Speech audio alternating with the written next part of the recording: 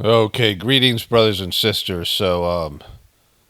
This Democratic convention is epic. I'm in the process of editing day 2, and last night was day 3. Today's Thursday, 22nd, the 20, 22nd, the 22nd day of August. And tonight's the big night where Kamala's going to give her speech. And was just finding out the last bit I was doing on the video yesterday is the internet doesn't know what religion Kamala is. Like, they don't know what effing religion she is, right? Um, like, how do you not know? How, like, you're a candidate. Like, they're kind of saying that she's Christian, but they don't just, like, specify what church she goes to. She never talks about God, right? And, like, that's a big deal. Like, it's almost impossible to be elected without having a religion. And certainly, it's hard being a Catholic even, right? And Joe Biden was, I think Kennedy was the first Catholic president. That's not that long ago. It's the 60s, but that was a big deal. They were going to have a Catholic president because the majority of people were Protestant. And so, but having the idea of somebody not having a religion and being elected president, right? Like, they all say they do, at least. They all go to a church. They all have a pastor. Like, that's just a thing you have to have, right? You have to be connected to Christianity in some way. And, the Obamas, not so much, right? But they had their pastor. Remember, the pastor got in trouble because he was saying things. I think they were, like, racially, whatever. He had a past pastor. Like, he got a new one because the other guy was too radical. Like, they just switched him. But they had somebody. And Kamala doesn't have anybody. I mean, they might roll somebody out, right? Like, her husband is, we know, Jewish from his intro. Like, he's big into being Jewish. Like, he's it's a thing. Like, I have a friend my old basketball buddy, who was Jewish, but, like, I don't think he ever went to synagogue, right? Like, there's people like that, right? The people, they say, you all, what religion are you? Well, I don't really practice, right? But Dougie Fresh is, into being Jewish, and he does Jewish stuff. He's done all the things, right? Bar mitzvah, and, they go to temple or whatever. But Kamala, like, it does the internet doesn't know what religion she is, right? Like, he mentioned something, which I talked about in the last video. And so, like, that's a big deal because it doesn't matter now. You don't have to be religious. You don't have to believe in God even. You don't have to, make it a big deal, especially if you're a Democrat. If you're a Republican, certainly. Because Trump really isn't religious at all. They're treating him like the second coming of Jesus, some of these evangelicals, and the evangelicals are hot on this, and he embraces their support, but he doesn't, like, he can't even tell them what his favorite Bible verse is. He published his own Bible, right? But he's like, clearly doesn't believe. And if you saw The Apprentice and any of, he's just not somebody who, if somebody's religious, they mention it to you. Somebody's into it, like, pretty soon when, pretty early on, like, they're into it. And so you have basically two, I don't know if you call them atheists or what they are, but non-practicing people who don't believe in a higher authority or higher power. And she's not a big science person either. Like, she's not like, the religion of science. You don't hear Kamala talking that much about science either, right? And so they think the authority ends with them. So let's put it that way.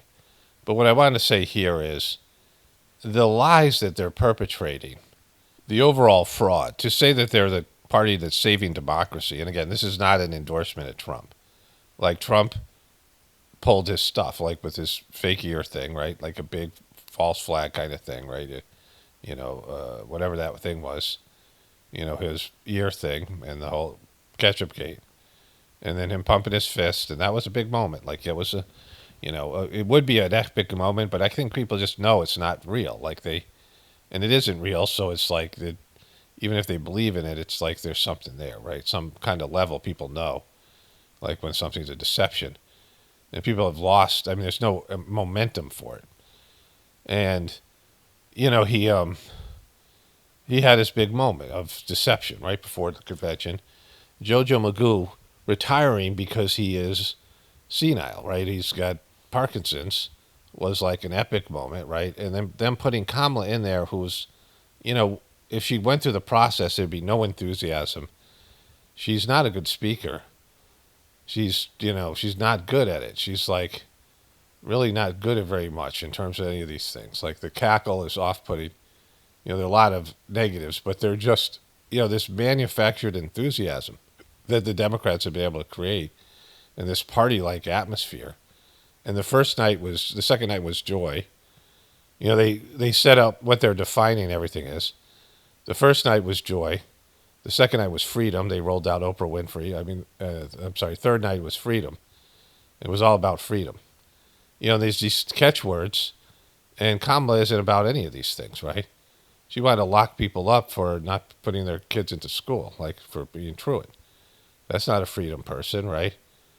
Joe Biden was, censoring people on the internet in a way that was, it was a violation of the First Amendment. That's not freedom. Freedom's a deception. And so when I cover this today, it's about freedom. But what I want to talk about here is the reason that they're able to pull off these deceptions is because the media is complicit in ways that, they've gotten worse, like in their inability to call BS on all this stuff. Like, you're not going to call BS on obvious lies. Kamala's just making up her history. And she, said that she's like somewhere in there, I'll show you. She says that she's a girl from Oakland. And she never lived in Oakland. She was born in an Oakland hospital. But she moved, she's talking about Tim Kaine, she's talking about Walz. Tim Kaine was the last nightmare. She's talking about Walz being from Nebraska, but, he mostly grew up in Minnesota. But still, same kind of thing, right? And, his bio and the way that they're talking about these people, like they're saintly people that just care so much about other people, and they're just in politics to do good things for people, and they just come out and they lie, and they're, his family's weeping, they're weird. I'll get into that. Like, it's it's really bad. Like, his whole thing is like twisted and weird. The whole thing, they're like calling the other guys weird, and their families are so freaking weird. And Dougie Fresh's kid, which I showed you, and both of them, and like the whole thing, right? And like the only reason they can get away with this is because the media is completely complicit, and the internet is just filled with calling BS on everything, but in a way that's not, people aren't good at it. Like, they're not good at it like I am, right? They're not, balanced. They have they're either, pro-Trump or pro, whatever it is, right? Like, people aren't really good at, like, seeing through all the BS. And so it's just a lot of stuff on the internet where, there's too much, different opinions about the lies. And people are, they get obsessed with, like, so many people are, talking about Trump's, fake assassination thing as, like a, some kind of conspiracy. Like, most truthers have gone down that road. Oh, they tried to get Trump. And silly. Like, no, they didn't. Like, they haven't ever tried to get him. There's fact checkers for Trump, in the mainstream media, and they've gone after him kind of like in appearances. But why is the guy still alive? And why isn't he in jail, right? Like, they couldn't put him in jail. Of course they could. They couldn't kill him. Of course they could, right? There's the U.S. government. They can throw people in jail all the time without, them being guilty. There's political prisoners here in America. And they could have killed him. Like, that's the other thing. Like, over and over again. They love the guy. The people who control the system, he's like their biggest asset. He's been the dominant figure for the past, 8 years. But the fact that they roll Kamala out as an unlikable person with so much enthusiasm and so much, the celebrities are coming out and all these people, and she sucks, like she's horrible. And they're just making up her, her backstory. Like, Joe Biden's plagiarizing years ago, and that's what I want to reference. Joe Biden copied other people's speeches, and they didn't have the internet back then, but they still figured it out, right? Because, it's a lot easier to figure this stuff when you have the internet. And the internet is so easy to call bullshit on things, right? Because you can easily find this stuff. But the problem is everyone's calling BS on everything. So, like, it's just, you can expose the lies, but then, people are just like, it's just normal behavior now. Joe Biden plagiarizing somebody would not be a big deal now. It'd be nothing. It wouldn't even be a story. Dougie Fresh got up and was presented to the American people. The guy banged his nanny and impregnated her. Like, this was like Bill Clinton, who gave a speech at the third night, which we'll get to. He had sex with this woman in the Oval Office, and that went on for like 3 years. And, of course, he was president, but, it was a big scandal. These scandals now, Trump banged a porn star and then paid her off and got caught. And then, they tried to try him on it, but it was barely a story, right? Like, he was accused of R-ing some woman. Trump was, and so, and whatever legitimacy there is to these stories or not, there is stories that Trump cheated over and over again on his wives. I mean, he cheated on all 3 of them. He had 3 wives, right? No religion and 3 wives. And it doesn't even matter. He's backed by religious people. He's backed by all these churches and priests and, all these pastors. I mean, he's just, he's considered the godly candidate. And he's, been a serial cheater and a bad businessman, and he's screwed people over, working class people for years. And it's just, there's no, I mean, even when they tell the people that, they don't believe it, right? So, like, you're living in a time where there is no media, number one, and people just make up and believe whatever they want. They find the narrative that suits their comfort level of, I got to believe that there's someone out there to save me, so I'll just believe this narrative. I'll believe the one that's most convenient for me. So, and people don't go to the media anymore either. So even if the media was good, people don't watch that shit, right? The average age of these media channels is in the 70s. They're old people's stuff. It's for old people. People don't even understand the news like they used to. And so there's no journalism, but even if there was, people get their information from the internet. And it isn't good information because they just, pick the one that they want. Oh, there's all these available narratives of reality. I'll just pick this one, right? I'll just pick the one that's most convenient. Oh, I don't want to vote for Trump and I want to be a Democrat. And okay, I'll pick the one about how Kamala's great. Does that laugh annoy you? Well, I guess it would. I didn't notice it, but now you pointed it out. But still, she's great. You see how great a person is? And that guy Walz, he's like a saint, and, they pick these. You just choose to believe whatever, is goes along with what you want to be, like, whatever you want the truth to be, right? And so the internet, which is, have been a deluge of information, and the possibility of getting to the bottom of the things is so much easier, but people don't. Like, it's just people want to self-deceive, and that, and that's why when you tell them the hard truth, which is like, hey, we're fucked, right? The system's going to collapse, and you try to tell them the whole truth, as a truther, like as someone who knows, like, there's no way to pay off this debt, and the moral breakdown and all the stuff. When you tell these people that, or you talk to them about it, even if you're trying to hint at it, they just can't. They just shut down because people just can't handle it. I mean, people in the truth community, people in the truth community want to believe that there's a hope, there's a way that this system could be saved, and that, it should be saved. Like, that's the other thing, because they don't want to look at the, all the bad stuff that America does to keep our system going. In the world, the way people are suffering, their nature is suffering, and, so many ungodly and demonic things that are being done, keeping this, pleasure-based system going, and nobody can even conceive of giving up their lifestyle, and it's too big to fail, kind of thing. And so let me just believe the reality that, suits the find a way that we can pretend that this can be saved, right? And so with that, let's get into day 3 here. Okay, so we need to get into a little bit of stuff here before we get into the content of day 3, right? Just some framework for the lying and the deception. So Walz, said this to Jen Psaki. Today's IVF day. Thank God for IVF. My wife and I have 2 beautiful children.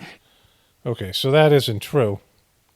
Walz has conflated IVF with IUI when discussing his family. What's the difference? Tim Walz has described his family IVF experience, but they used a different procedure. There's his crazy wife, which you'll see her because she does the presentation. And so what that's about is when he was giving a speech on abortion, he decided to talk about his IVF experience because somehow those things relate, right? Which they're kind of the opposite. So he's really goofy and kind of, stupid. I mean, for a guy who's calling other people weird, right? And he also had some problems in Minnesota with his like they're calling Trump a dictator. And again, Trump sucks. I'm not defending Trump here. I'm just exposing them as liars. He did this in his...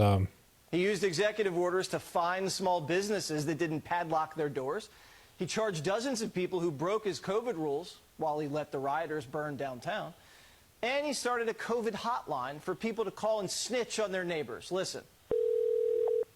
Hello, you have reached the Department of Public Safety stay-at-home hotline. The information you leave is considered public information.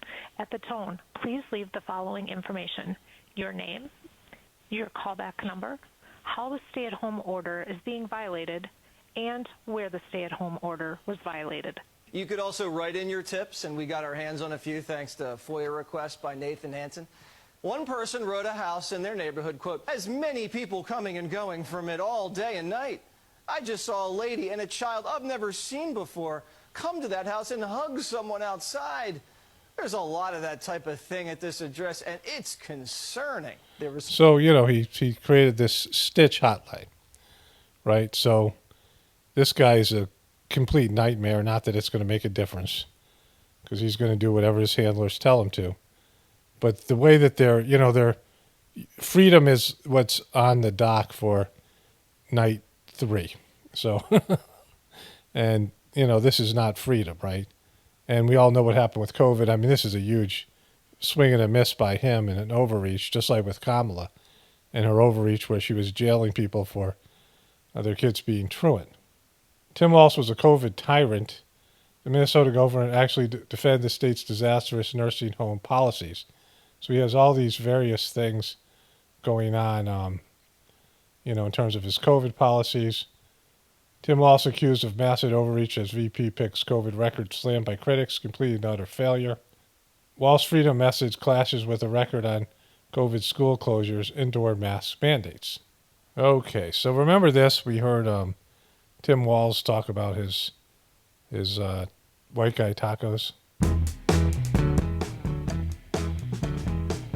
Detroit, Michigan. Like I have white guy tacos and what is like that? black, Like mayonnaise and tuna? What are you doing? pretty much ground beef and cheese. That's and okay. Do you put any flavor in it? No. Oh. Here's the deal. No, they said to be careful and let her know this, that black pepper is the top of the spice level in Minnesota, I'm the first. Okay, so, that's just stupid. Like, everybody knows that there's, basil and, various oregano and various types of seasoning. Almost everybody has in their kitchen, a kit of seasoning.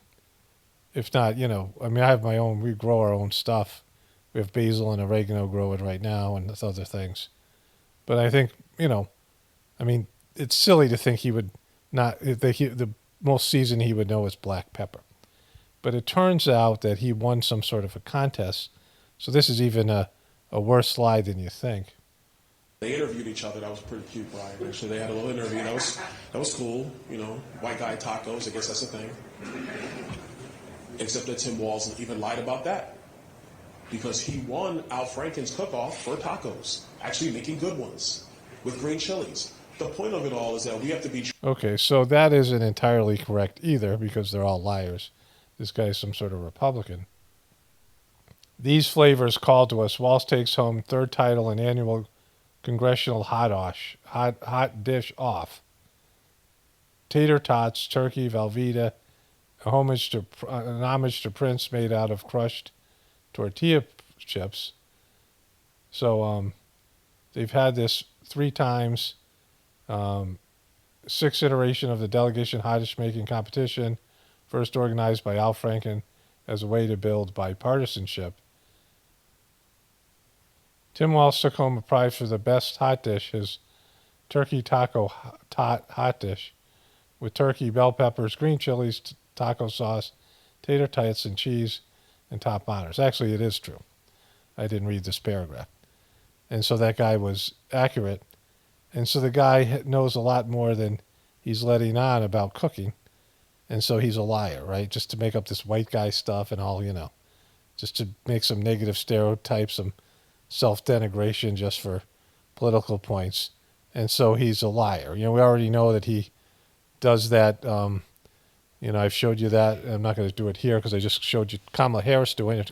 Apparently Trump just did it again, where they have a shill in the audience that faints, and then they attend to him. And he did it twice already on this campaign. He's only been the vice president for like a couple of weeks. He's already done it twice. And so, they're all liars and deceivers as we go into this night 3 here. Day 3 of the convention is about freedom and how Trump is the oppressor, right? The dictator. And so YouTube recommended this video, which really helps me out, right? And so I don't know how they figured out this would be important, but it is. Because again, the Democrats are talking all about freedom, right? They get a little bit into Trump, they're obsessed with Trump. They get into the big event in January. Like those things is part of that, right? It's, part of the whole defending freedom. But then this happened. Hey, everybody. I'm at the state courthouse in Harrisburg, Pennsylvania. This morning, I'm supposed to be in a meeting with community leaders on the south side of Chicago today, talking about criminal justice reform. But I had to come here because the Democratic Party is suing me in Pennsylvania. And by the way, tomorrow I'm going to Mineola, Long Island, because they're suing me there too. They're suing me all over the country to try to keep me off the ballot.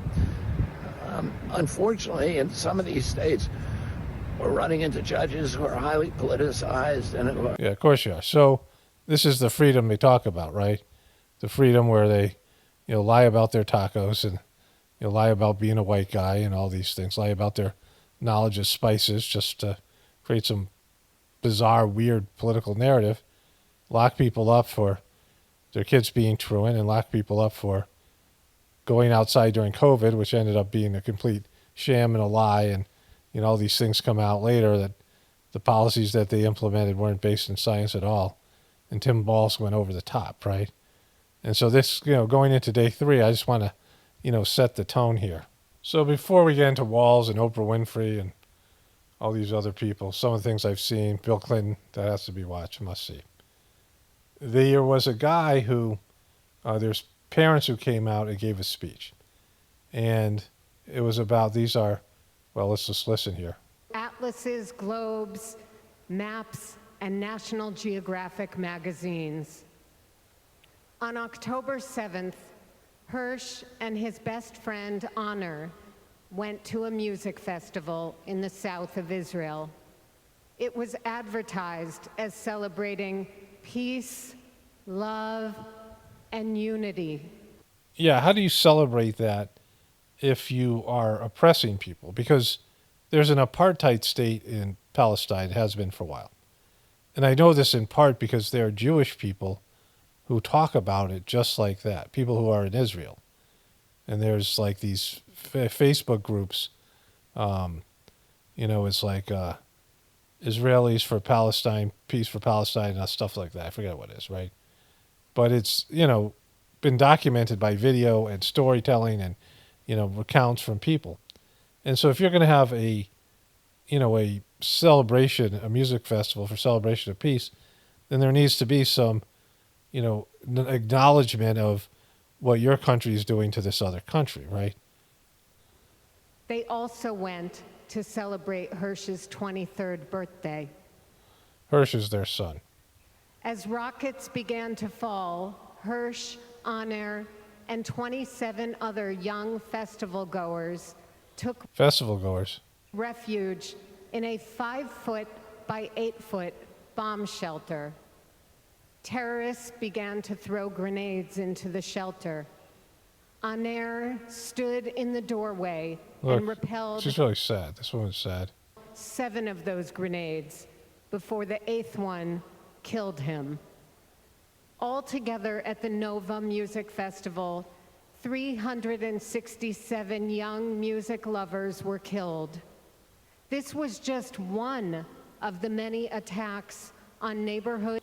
Okay, so a Jewish reporter, I forget the guy's name, used to be on the morning show, John Berman, talked about what an epic talk and moving talk this was. This is how I know about it.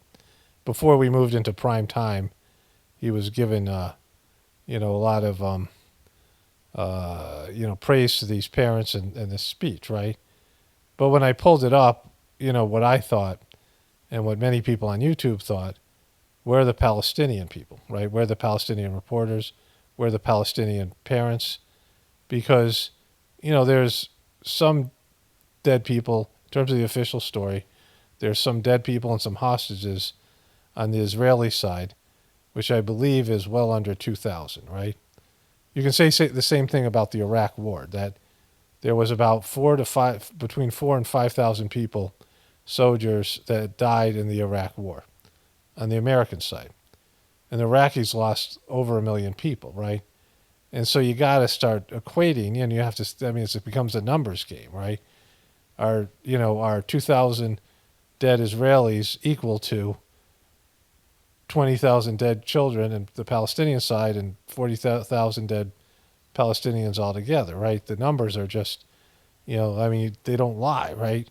So who's the aggressor? Who's gaining from this? Who's going to annex more property? Who's going to expand their empire, expand their country, right?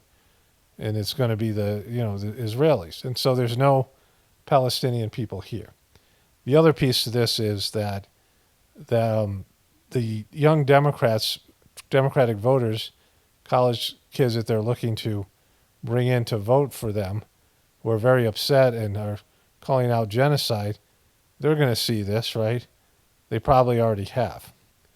And this is, for some young people, this is their signature political issue. And they're really disappointed with the way the Democrats have dealt with it. And the Democrats need their votes. Like Kamala isn't going to get the old white guy vote that Biden got, the old white guy or white family vote that he got, like some people who knew him for a long time. There's people who were Republicans and independents, maybe didn't really like Trump, and they had a good opinion of Joe Biden, and they voted for him because they weren't going to vote for Trump.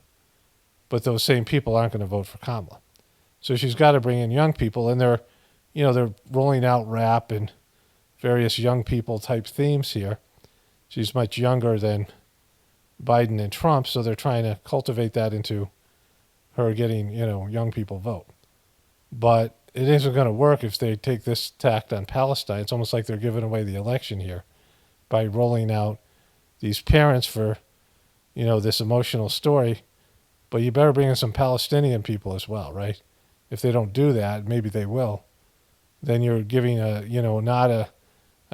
you're celebrating the oppressors, the people committing the genocide.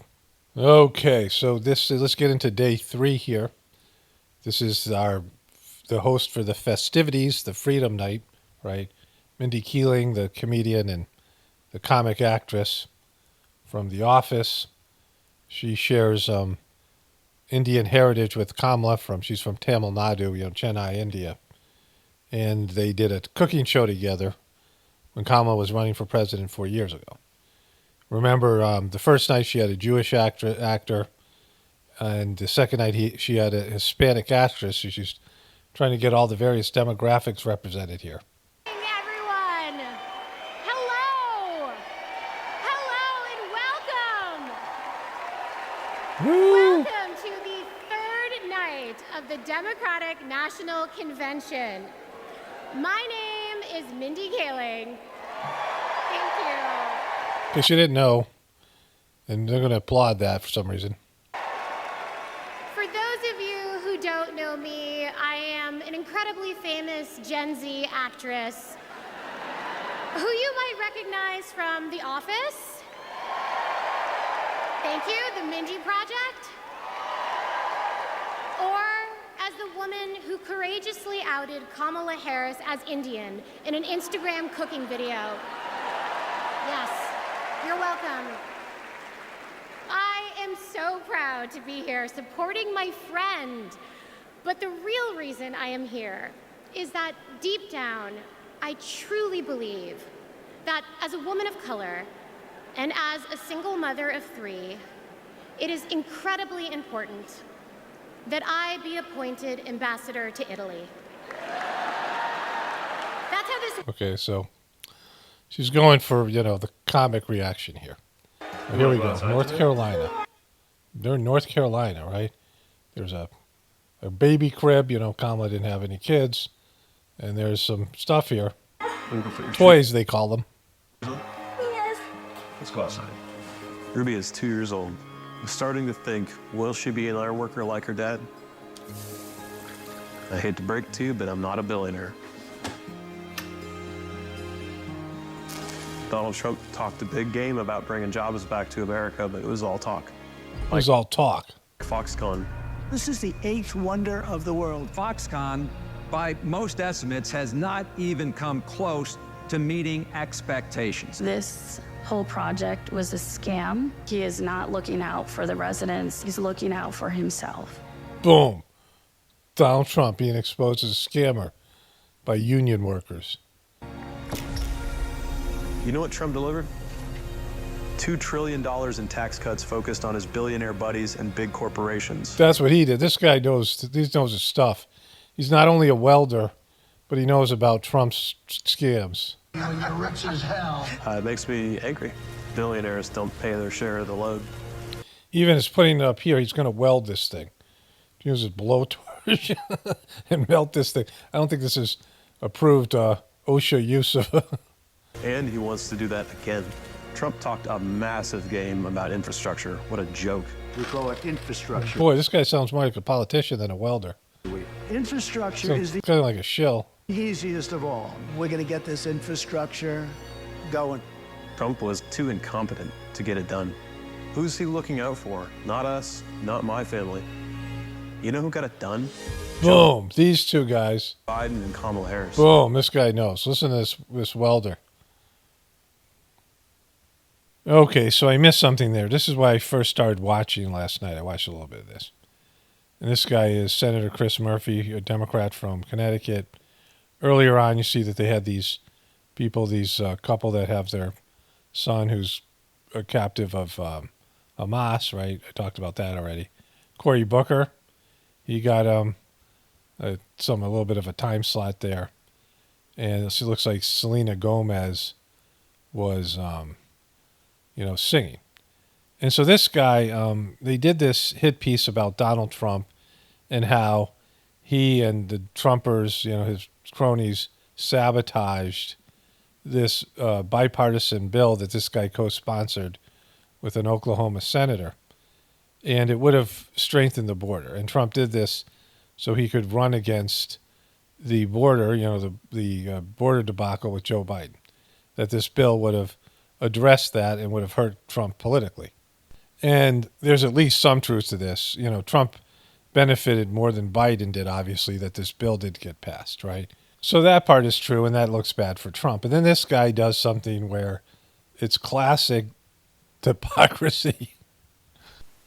Trump killed that bill, and he did it because he knew that if we fixed the border, he'd lose his ability to divide us, his ability to fan the flames of fear about people who come from different places. Right? You guys know this, right? Hate and division, that's Trump's oxygen. Okay, so he's making a case that these guys get their political nutrition from dividing, the American people, right? So that's his point of view. But then he drops this little bomb.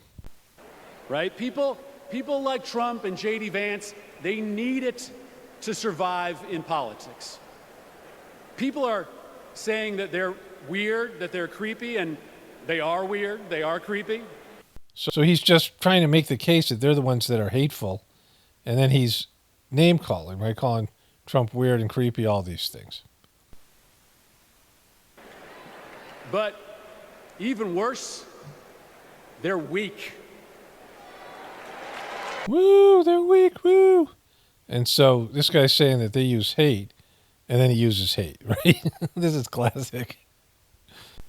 So then they brought out a few people that were Republicans who have turned on Trump because, you know, in the Republican Party, this guy. These days, our party acts more like a cult worshiping a felonious thug. He's really stiff. Look, you don't have to agree with every policy position of Kamala Harris. I don't.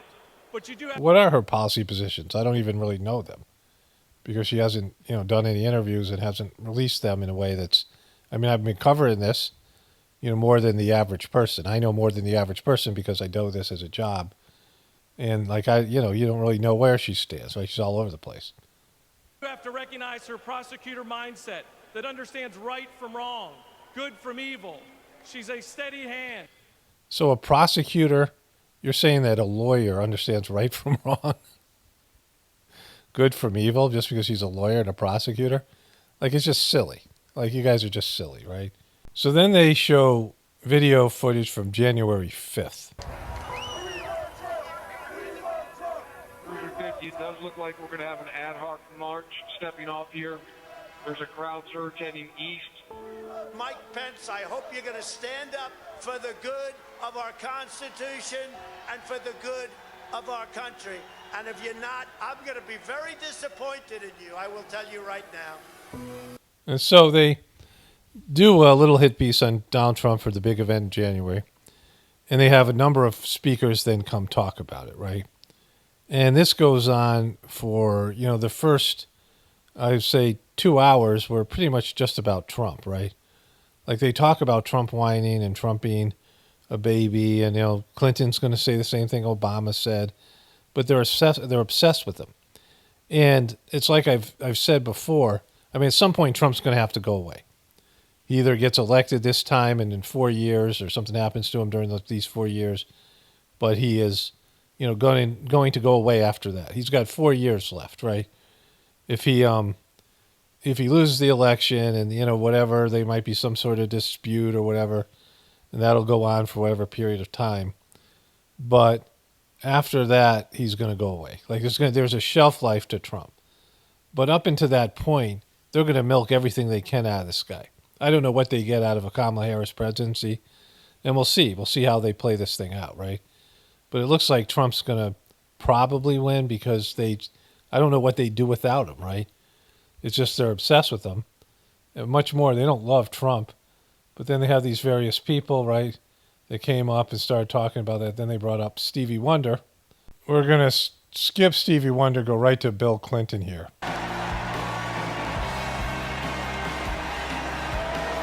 So they play Coldplay's Fix You as his theme song, right? There's a bunch of stuff to get to here with Bill Clinton. I'm just going to play it through. I can't remember it because I've already edited one video today and started this video. So, you know, it's a little bit all jumbled together. Thank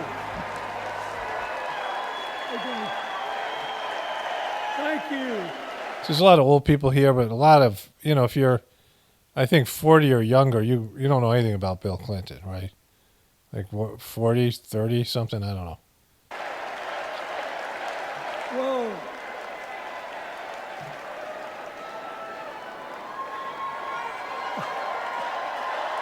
Let me ask you something. It's just, he's kind of, he hasn't aged great.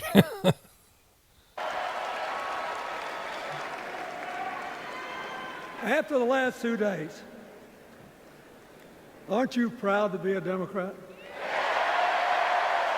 Yeah, what movie are you guys watching? I mean, it's been a disaster. I know you cult followers are, you know, but it's been a disaster. Like, in truth, it's a disaster. And I am very grateful to the Republicans and independents that have joined us, have been up here on the stage. And I hope they feel better about it now. Because I've seen all these things that even I have to be reminded of from time to time when I get my spirits down. You know, when he's depressed. He does this thing where he bites his lip. And now, I mean, it was always weird, but it's even more creepy. I love seeing the Obamas here. I love seeing President Biden. And I thought Hillary gave a great speech, too. And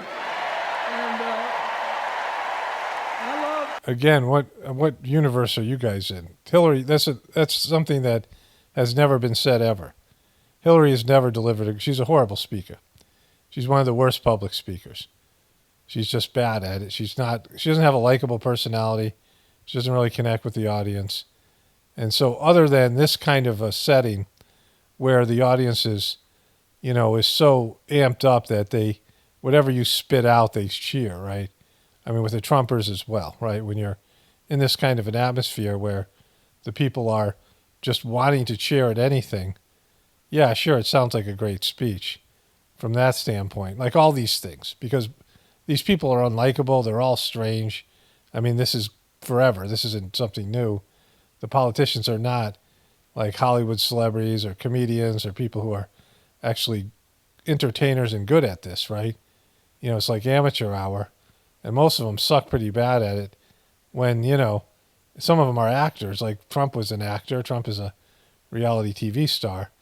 But none of them have the kind of command of a crowd that some of these other people could have, right? If they hired like real actors or AI, but these guys will cheer for anything.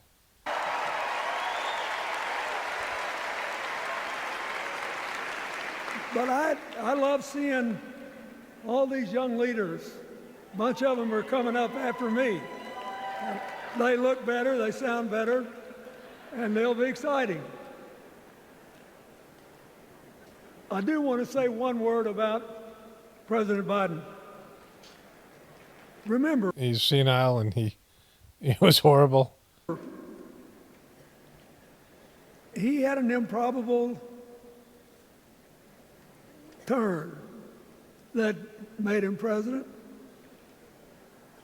And we were in the middle of a pandemic and an economic crash. So this is where it gets really icky. He healed our sick. He healed our sick? What the fuck are you talking about, bro? He healed our sick? Are you serious?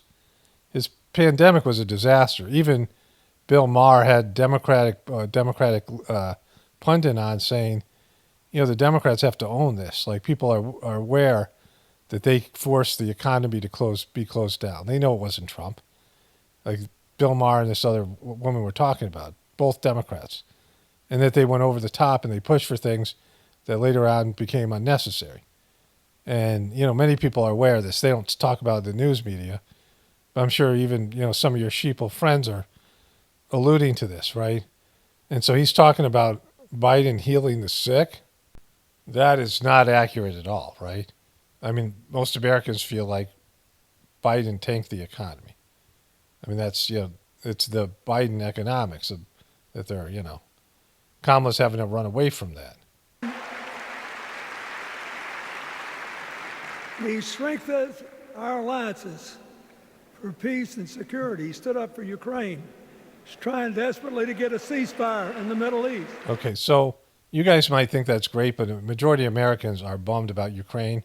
They're bummed about paying money for Europe and Israel. They're bummed about NATO, especially when they're struggling with their, grocery bills and things. His voice is very weak now.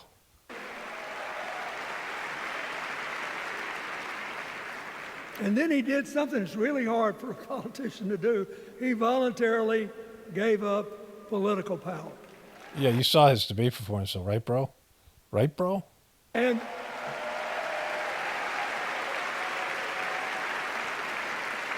right, bro.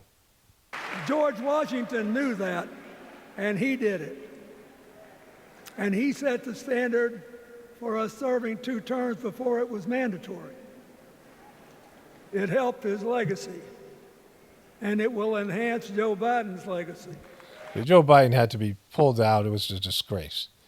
And the people around him, it was really not Joe Biden because he's been having Parkinson's forever, and, they're lying about it. And this guy, right? But he's actually a better speaker still than Joe Biden.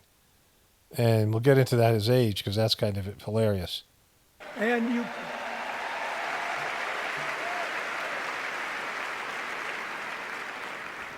And it's a stark contrast to what goes on in the other party. So I want to thank him for his courage, compassion. Come on, bro. You knew it forever. His class. His Class. service, his Like, that's what I say about the Bidens. They're really classy. sacrifice.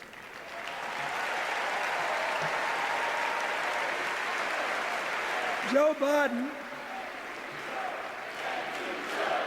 Thank you. Thank you, Joe. Thank you, Joe. Like, it's just the silliest stuff that goes on in these things, right? Thank you, Joe. Thank you, Joe. You were pooping in your diaper. He kept the faith, and he's infected a lot of the rest of us. Now let's cut to the chase. I am too old to gild the lily.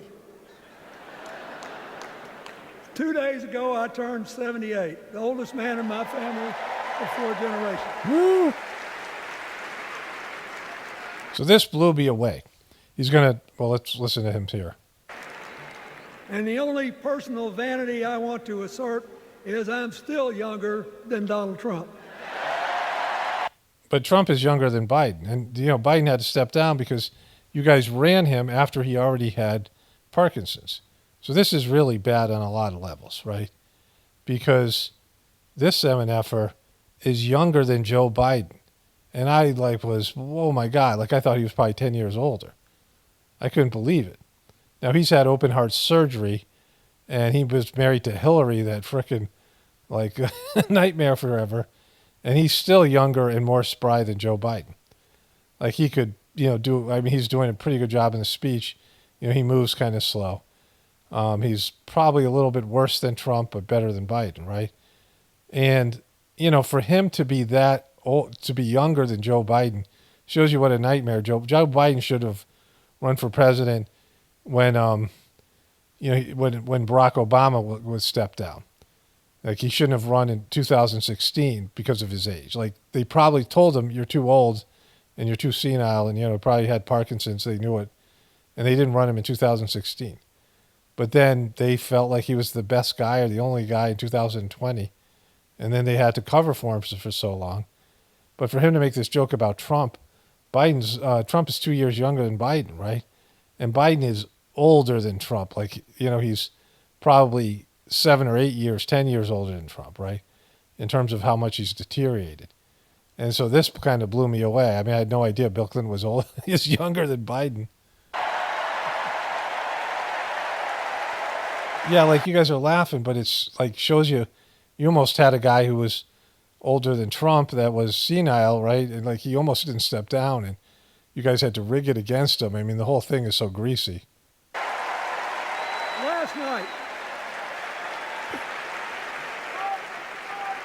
Last night, look at that geriatric. What I thought was a very moving series of episodes, we nominated Kamala Harris and Tim Walz. And just think about that. 2 leaders with all-American but still improbable life stories. It could only happen here. Their careers, after all, started in community courtrooms and classrooms. He's talking about, maybe he knows Kamala Harris a little bit. You know who Tim Walz was till 2 weeks ago, like the rest of us, right? They just say whatever they're told to say. They have scripts. They have people. This is what the points you want to make, and they're supposed to get good at just making it sound making these things sound personal. He was always a good public speaker. He's making it sound like he's lifelong friends with Tim Walz and Kamala Harris, and he barely knows them. And he's pretty much out of the political loop, right? Because I try to apply this in every election. Will this president take us backward or forward? Will this president give our kids a brighter future? No, just... Depends. Will this president bring us together or tear us apart? Will the president increase the peace, security, and stability and freedom Freedom. See, they're hitting freedom tonight. A variety of the talks already talked about freedom. that we enjoy and extend it to others as we can. You know, Biden it was really bad on censorship, which many of you know. The censorship for social media came from the Biden administration threatening the social media giants. And, of course, they're just like suing Kennedy, which we saw earlier, right? And so they're the opposite of freedom, right? Like it's, and I'm not saying the Republicans are better because they're not. Like Trump is a disaster in a different way. But they have a planned agenda, and they are selling everything they're doing as what Trump is doing, right? The stuff that they're going to do, they're saying Trump is going to do. We, the people, we have to make a decision about these kind of questions. And every 4 years, it's a little different because the people come at the candidates, and they say, as they're saying now, here are our problems, solve them. Here are our opportunities, seize them. Here are our fears, ease them. What are you doing, bro? Like, that's not at all what people are so dopey. That's not how they think or approach the candidates. They're like, oh my God, I just paid double for my groceries. F Joe Biden, that's the way they are, right? Oh man, Trump just closed down the economy. F Trump. It's like almost Neanderthal level thinking out there. Here are our dreams. Help them come true. Woo! Look at them. She's crying again. A president can answer that call by saying, I'll do my part, but you have to help me. We have to work together. Or you can dodge what needs to be done by dividing, distracting, and diverting us. So in 2024, we got a pretty clear choice, it seems to me. Yeah, we do. It's very clear which one's which. Kamala Harris for the people. Woo! And look at yes, she's digging it. Man, this guy, oh man, he just gets it, right? The other guy who's proved even more than the first go around that he's about me, myself, and I. I know which one I like better for our country.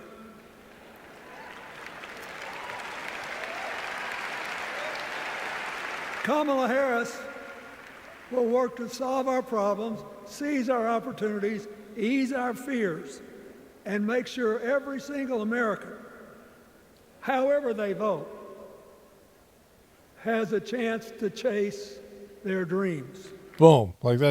He just knows it because she did such a good job as vice president and she did such a great job when she was knee pads. He appreciates good knee pads, right? You know, when she was young, she worked at McDonald's. So did her husband. Wow, they have a lot in common. And she greeted every person with that 1,000-watt smile and said, how can I help you? Now she's at the pinnacle of power and she's still asking, how can I help you? Okay, come on, bro. This thick, right? Wow, what's going on here? It's Corey. I'll be so happy when she actually enters the White House as president because she will break my record as the president who spent the most time at McDonald's. You guys realize it's poison, right? I mean, Democrats more than anybody should realize that McDonald's is like kill you, right? like everyone kind of knows it. Woo! You guys like that? That's funny. Look at them. They're lapping this shit up, man. Now, but we got an election to win. And remember, we've got a guy that's pretty good at what he does. Donald Trump has been a paragon of consistency.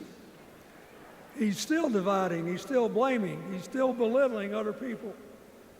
He creates chaos, and then he sort of curates it. Okay, so he's talking about problem, reaction, solution, right? And this is, what they all do. Like, it's just the Democrats they're the ones that are managing everything. They're using Donald Trump as a tool. Not just the Democrats, but the people who run the whole show, right? And, to make it sound like he's some mastermind criminal, but they also talk about what a doofus he is, right? As if it were precious art. Let me say, not a single day goes by, even though I've been gone for well over 23 years from the White House, not a day goes by that I don't thank the Lord for the chance I had to serve and what it to serve. Is that what you're calling it? meant.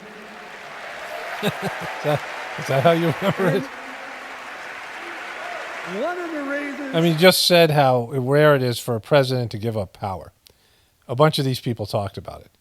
That's amazing that Joe Biden gave up power. There's one pundit that said, you can't even get interns out of the White House, never mind a president, right? And that they don't want to leave, and none of them want to leave. And yet they're really into serving people. That's why they don't want to leave, because they just want to do more service. This idea that these guys are service-oriented and they're not selfish is like one of the biggest lies. Like, Joe Biden did 50 years of service. It's not service, right? They line their pockets. They have like the best health care. They have, whatever it is, private jets, and they have all the perks of the lobbyists and all the stuff that they get, right? Kickbacks. They make a lot of money, and they have all this power and influence, and people are always whining and dining them and trying to, get their bills across, and all the stuff that they do, right? They're corrupt and they're selfish, and they're not serving anybody but themselves, right? Thank you. Woo! Wait.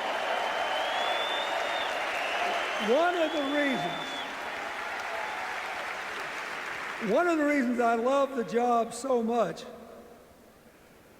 is that in the toughest times, even on the darkest days, if you tried hard enough, there was always something good you could do for somebody else. Oh my gosh, right, bro?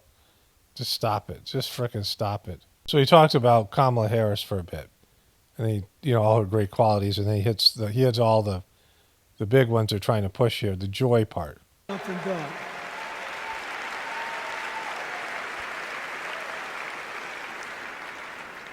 Look, what does her opponent do with his voice? He mostly talks about himself, right? So the next time you hear him, don't count the lies. Count the eyes.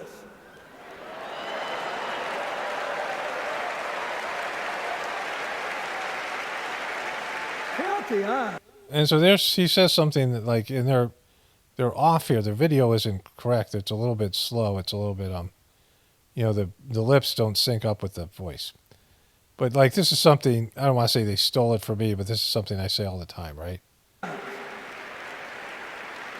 His vendettas, his vengeance, his complaints, his conspiracies. So that's the part he said, like Obama.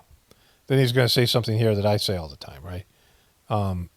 This vendetta, the complaints, the conspiracy, these were right out of Obama's speech. They're trying to make Trump into this person. Then why do you guys talk about him constantly? So at least a third of this day 3 is about Trump, right? And they're going to do, that guy Keenan from Saturday Night Live is going to do the 2025. We'll cover that because that's interesting as well, right? But, it's clear that they're obsessed with Trump because that Trump is more important than Kamala. They talk about Trump more than they talk about Kamala. He's like one of those tenors opening up before he walks out on stage, like I did, trying to get his lungs open by singing me, me, me, me, me, me. I always say how they Trump is me, me, me, me, me, me, me, right? But I say that about all these people. Me, me, me, me, me, me, me, I. Like, they're all braggers. They all telling you what they've accomplished. And I say about Biden, they're always giving you their resume constantly. And to say that Trump is the only one, this guy is, he's doing it now to some extent. And he's here to promote the other people and celebrate Joe Biden a little bit. But they're always talking about what they did and how they accomplished it, and how he served the country for 8 years, and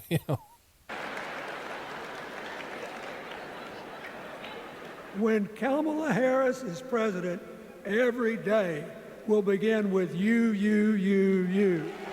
Yeah, that's exactly, because Kamala, that's how she did it when Kamala knee pads Harris. It was always about somebody else, not about promoting herself, right? like every decision she made as a prosecutor and as a politician was to get her to this place, right? They're going to do a little thing on her taking down the banks later. I'll show you that as well. And you can't do that and win and become a politician. You have to grease the right palms, right? Or, something else in her case, right? Drink the right Slurpees.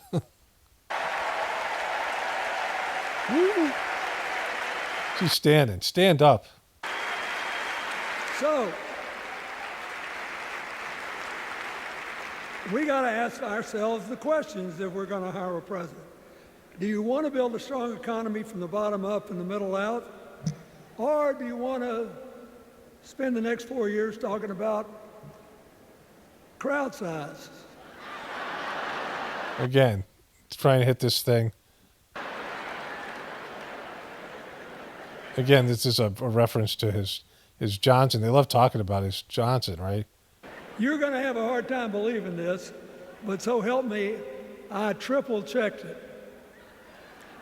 Since the end of the Cold War in 1989, America has created about 51 million new jobs. Woo! Woo! I swear I checked this 3 times. Even I couldn't believe it. What's the score? Democrats 50, Republicans 1. Woo! The Democrats are so bad, good at creating jobs. Woo! Whoa! Look at this. They just, how do you even know that's true, right?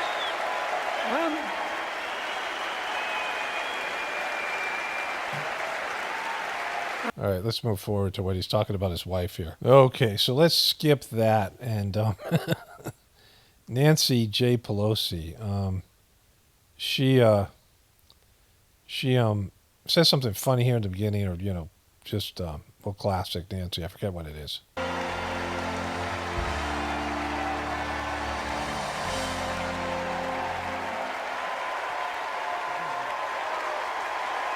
Like you're gonna call the other side weird when this is this was your big person for years.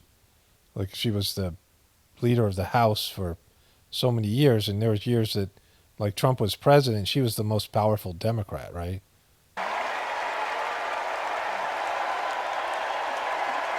Are you serious? Like, this? Yes, like, you guys think she's great? Look at this. Hello, California. Hello, Maryland. Hello, Democrats. She's so weird. On January 20th, 2021, with the inauguration of Joe Biden and Kamala Harris, we established one of the most successful presidencies of modern times. Remember when you pushed him out, like you stopped him and like you wouldn't let him run again? Remember that? Like, and he hates you now, remember? And we quickly proved that Democrats deliver.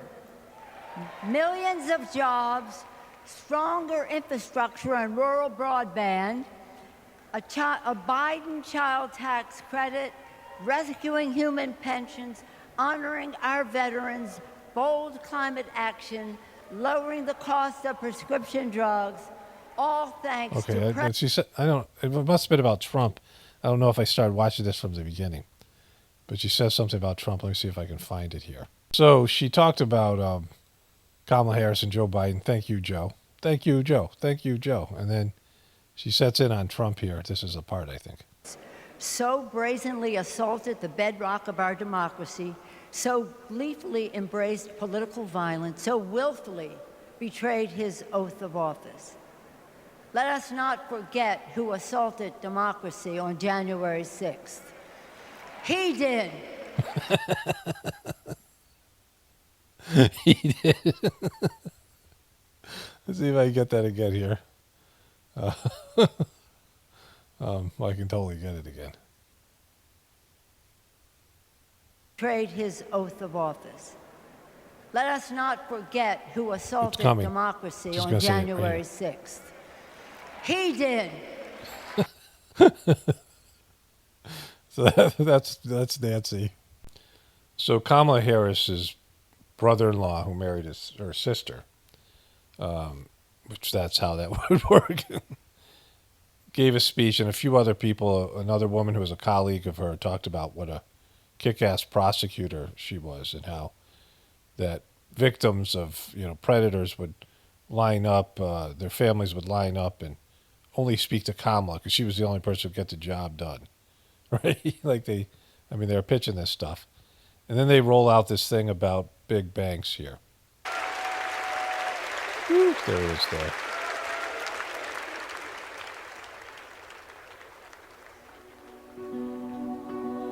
For the people. A crime against any one of us is a crime against all of us. Boom. She just has those cliches like that, right? You always can guess the second line. The work that she did as Attorney General was taking on issues to help people who were trying to make a life for themselves and their families. Well, that's what she did. She liked to help those people. She didn't like the wealthy and rich and powerful. Like when she dated a 60-year-old man, it wasn't the guy who was the most powerful kingmaker or queenmaker in California politics. She dated a homeless guy, right? A 60-year-old homeless guy. She got knee pads. She pulled out her knee pads for a 60-year-old homeless guy, not a powerful guy who could help her move her career forward. When Kamala Harris came into office in 2011, the most urgent economic crisis facing communities throughout California was the foreclosure crisis.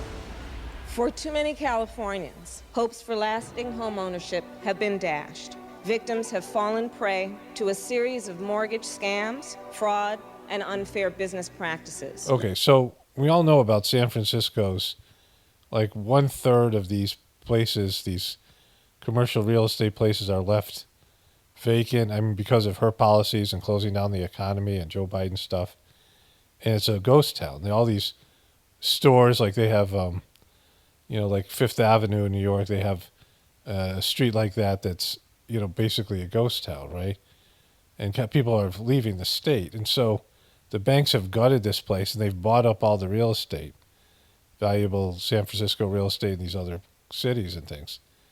And like this, for them to come out and pretend that things went well with her, right? I mean, this isn't that long ago that she was a part of this. And then, of course, she's been the vice president while these banks have looted her state, right? She was a senator for California and attorney general and district attorney for San Francisco. And so she's lived in California for most of her life. And, she has a connection there in every possible way. And the banks have just AR'd that whole state. And she could have done something about it as vice president, right? In order to get meaningful relief, we had to sue the banks and see through a lengthy litigation process. When Kamala was sitting at the table negotiating, it wasn't just about the money. It was about real people. Look at that. Look at her posing. Two things here. if she went up against the banks, then she wouldn't be in the position he is now. The banks are a powerful lobbying group, and you don't make it in politics by going after the banks. When she sued the banks, because this is, I assume, legitimate lawsuits because there's news articles about it, the banks will pay you a fraction of what they make. It's a slap on the wrist. We all know how it works, right? And so she might have sued the banks. It makes her look like she did something, but they might have made, $50 billion, and they're going to pay $500 million in fines or something, right? No one's going to go to jail. There's not going to be any real, punishment for this thing. And then she can do a commercial saying she sued the banks. Meanwhile, the banks are they're funding and bankrolling her candidacy. I vividly remember her thinking about Mommy, who could finally afford to buy her first home, and how proud Mommy was. So Kamala knew what was at stake for families and even whole communities. She did. She saw it with her own mom. Very proud to announce a tremendous victory for California. She truly believes that every settlement, right? Now, I could look into this, but we know what it's going to be. And so, look, $849 million will be refinanced in 25,000 underwater California homes, right? So these banks were going to, nothing, right? They made billions, and so, they're paying out billions, and they made billions. Every single person, every American is worthy of the promise and the prosperity of this country. And every time Kamala has run for a bigger office, it's because she believes that she can have a bigger impact. Yeah, it's not because she just has a big ego and wants to make it to the top because she's celebrating. Look how happy she is. Is she smiling because she can help people? Or is she smiling because, man, she might be president, right? She's cackling and smiling and glowing and, like she just won the lotto. We are making a commitment tonight with this celebration of this Senate race to bring our country together. In the Senate, to get a position on the Intelligence Committee is very coveted because it is about protecting our nation's security. And Kamala hit the ground. Look at this. Look at this. Look at her look here, right? Some kind of high-end escort, hooker. And she got a job on the Intelligence Committee because they were prepping her. Like, she's been an asset. Like, they've pushed her out there. They've been wanting her to move through the ranks. She did not deserve to be vice president. And yet she was, right? She was, shouldn't have ever been chosen to be vice president. There was nothing that she did. She didn't earn that by merit. She really didn't earn anything by merit other than, the knee pad stuff. That's hard work, right? But that's not by merit. She would not let a witness off easily. Did you have any communications with Russian officials for any reason during the campaign that have not been disclosed? I don't recall it. I need to be correct as best I can. I do want you to be honest. And I'm not able to be rushed this fast. It makes me nervous. The questioning of Attorney General Sessions. Boom. She's looking at getting it done. Was historic, and she earned the respect of colleagues. Look at this guy. Nice haircut there. On both sides of the aisle. Kamala, as a senator, was a truth teller. She was there to expose what some of these guys were and what they intended to do. Can you think of any laws that give government the power to make decisions about the male body?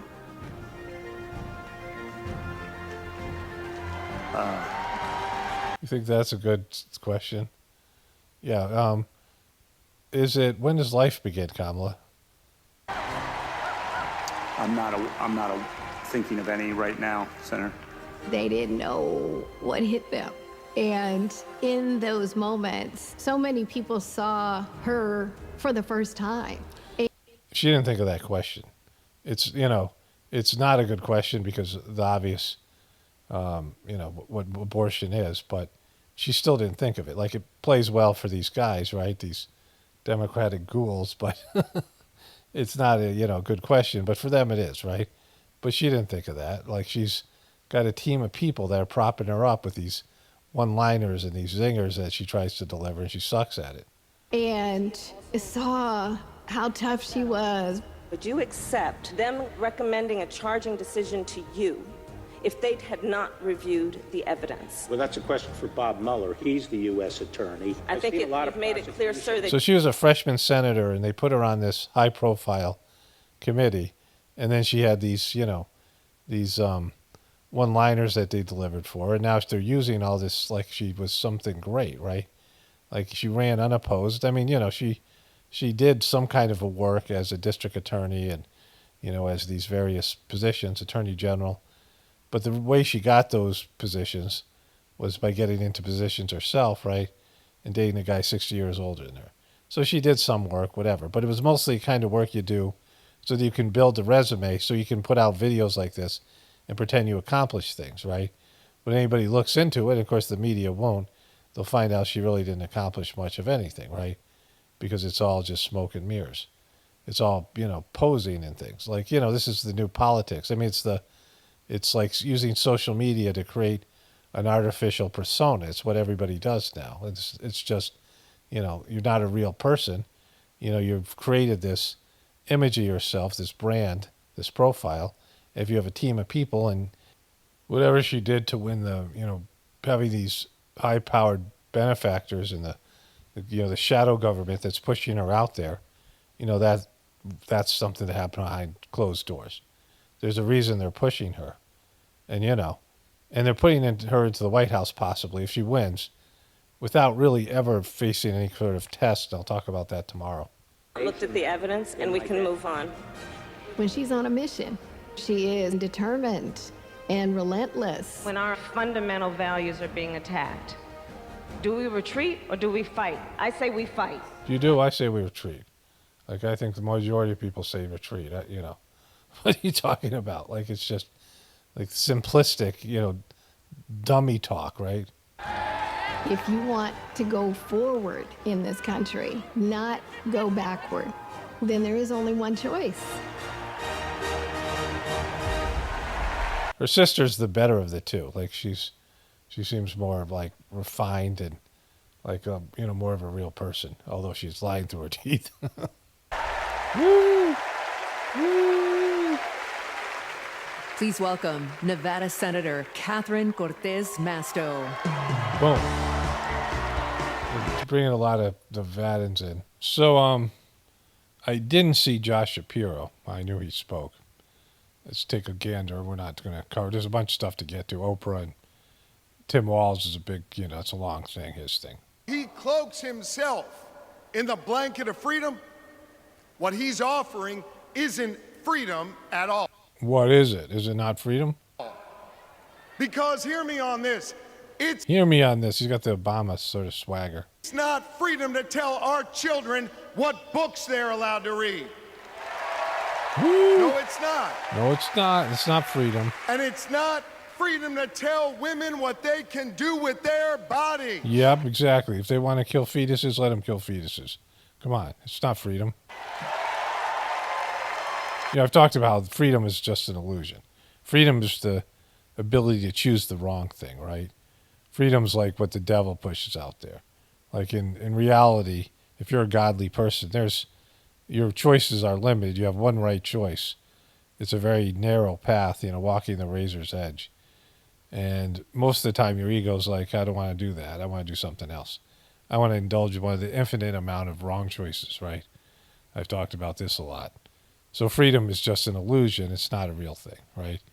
It's what the devil sells to you as, oh yeah, you have freedom of choice and you have the freedom to do the wrong thing, and people don't want to give that up. Both sides. Trump is pitching the same devilish, freedom pitch. And hear me on this. It sure as hell isn't freedom to say you can go vote, but he gets to pick the winner. That's not freedom. Okay, he's just so fake, and he's really worked on these skills, and he kind of sucks at it. He's annoying. He's not going away. He might be your next president, or he might be the top Democratic candidate next time around, right? Pennsylvania is a big state. They need Pennsylvania. They want him to be vice president this time, And he's, got this energy, enthusiasm behind him. They're really pushing this guy out there. He was, they wanted him to be vice president, but, genocide Josh just wasn't, that just wasn't in the cards. But, the whole thing's, just an absolute joke. And we'll see what happens in, 4 years if there even is an election, right? So someone came up, I just want to add one thing here. Someone came up with this idea, or someone came up with this nickname of Genocide Josh, right? Which is platinum nickname. Like when I heard it, I'm like, that's awesome, right? Like, I have good nicknames. I come up with nicknames. I could not have come up with a better nickname than Genocide Josh. Like, and it's brutal. And that nickname cost this MNFer the vice presidency. It's such a brutal nickname. This guy was the top pick, and he was the guy who was supposed to deliver Pennsylvania to Kamala Harris. Might be the difference in the election or something like that, right? He was a rising star. He had that Obama cadence and, all this stuff and talk of her and the party being anti-Semitic. It would secure the, Israeli support, all the things, right? Trump has a lot of love from Israel and Netanyahu. And so it was like a winning pick for them. But some person on the internet said, hey, Genocide Josh. And, of course, it stuck because it's awesome. And now this guy is, doing this speech here, and Tim Walz is being celebrated at the end of the night. He got, totally fucked by this nickname. Gorman. All right, so this girl comes out. She is the youngest presidential poet. And I don't have a problem with her, whatever. I mean, she's not a politician, but I was watching this and I'm like, well, you can see it for yourself here.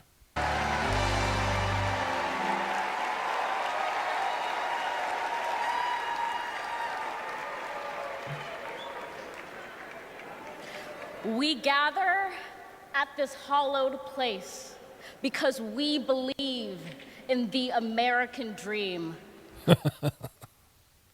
It's the opposite of what I believe, right? Because the American dream is materialism and it's anti-spiritual.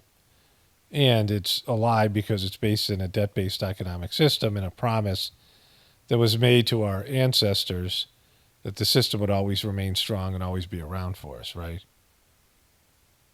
We face a race that tests if this country we cherish shall perish from the earth, and if our earth shall perish from this country. What? It falls to us to ensure that we do not fall, for a people that cannot stand together cannot stand at all. Boom.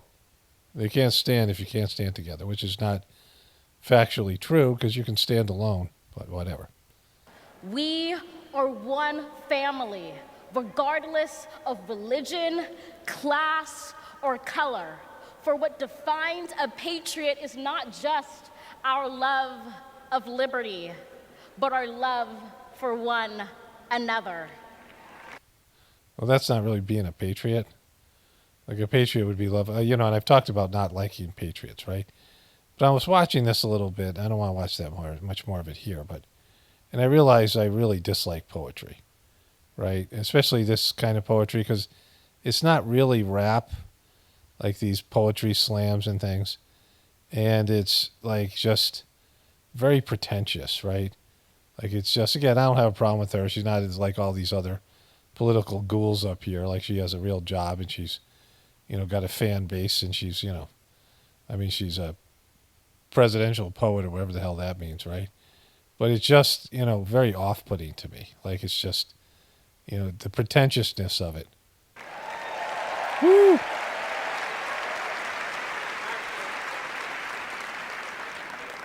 This is loud in our country's call because while we all love freedom, it is love that frees us all. Woo! Woo! Woo! Empathy. Because there's so much love. Emancipates, making us greater than hate or vanity. That is the American promise, powerful and pure. Divided, we cannot endure, but united, we can endeavor to humanize our democracy and endear democracy to humanity. Okay, so that was like a word salad. You know, America is in itself competitive and warlike, right?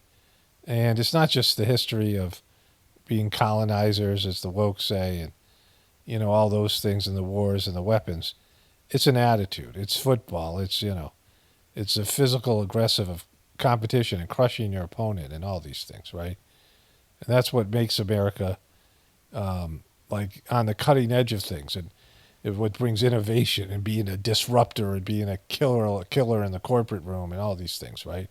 And it's this aggressiveness and I can do it and I did this and big egos and whatever, right?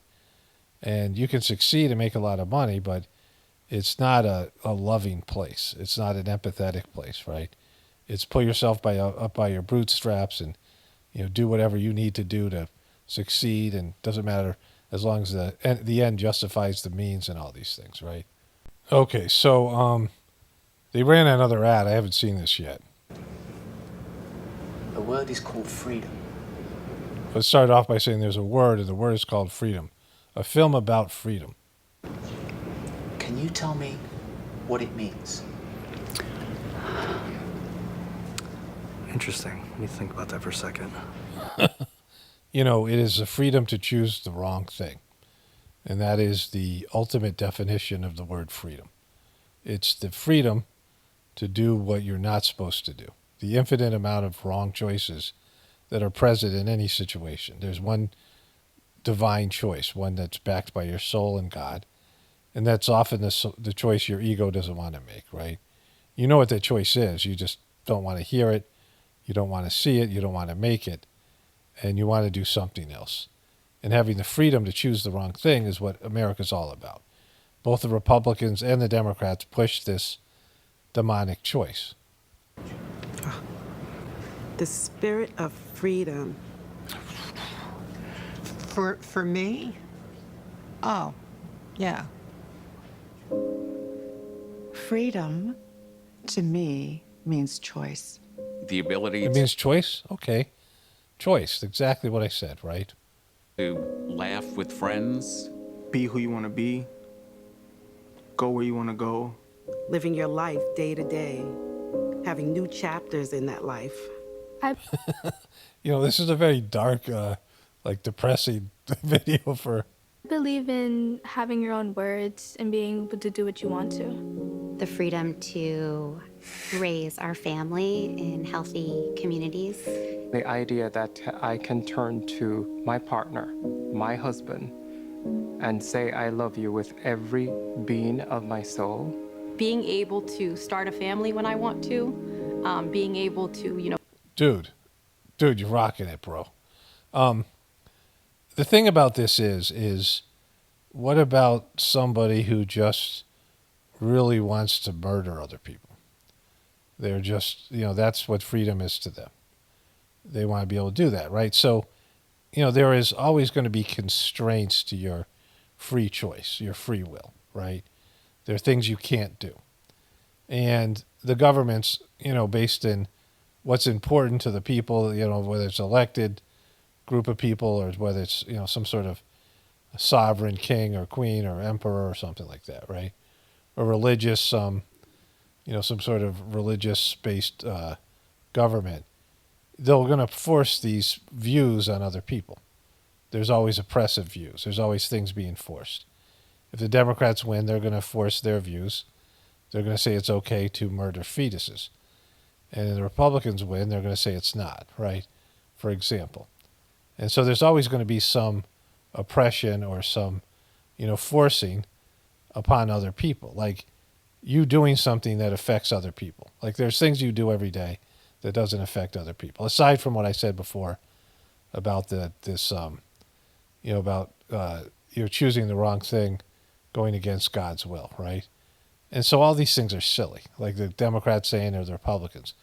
They want to own these words. Like freedom is a word that means a lot to Americans. It's a stupid word, and it's a stupid idea, right? Because, you're not free to hold your breath, right?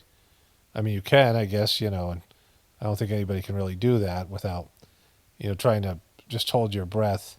In the Sajmark's tradition, there's talk of saints who came down to do spiritual work and just held their breath and died, right? But aside from that, like, you can't do it, right? You can't live without water or food.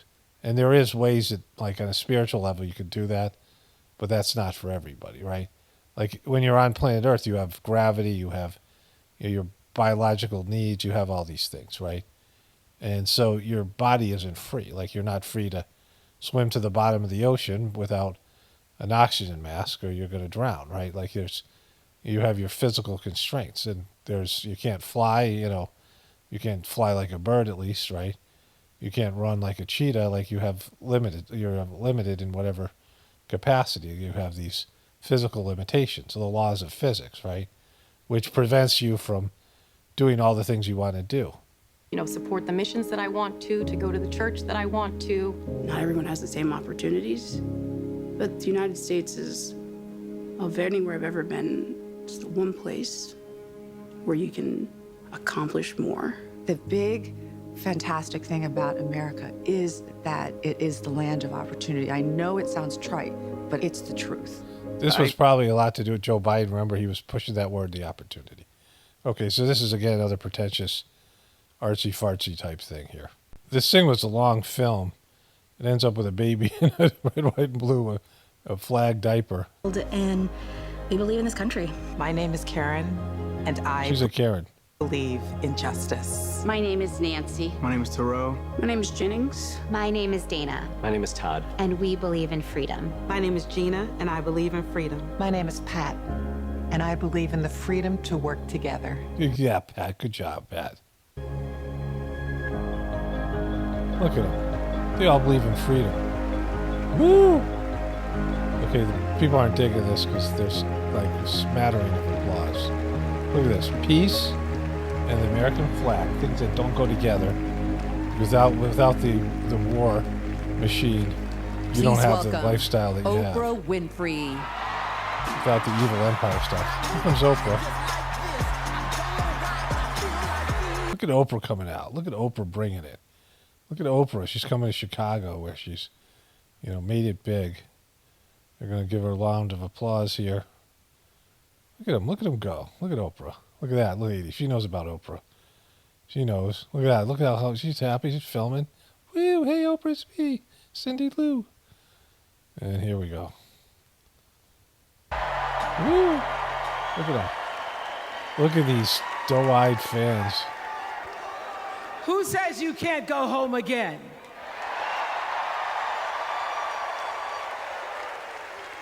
After watching the Obamas last night, that was some epic fire, wasn't it? Epic fire. It was fire.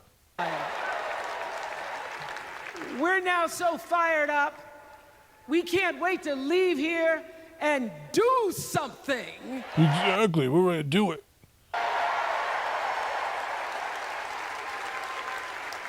And what we're going to do is elect Kamala Harris as the next president of the United States. Is that what we're going to do? Is that what's going to happen? If all these people are already going to vote for Kamala, I don't think anyone will buy or die. I am so honored to have been asked to speak on tonight's theme about what matters most to me, to you, and all of us Americans: freedom. Freedom, exactly. Look at freedom.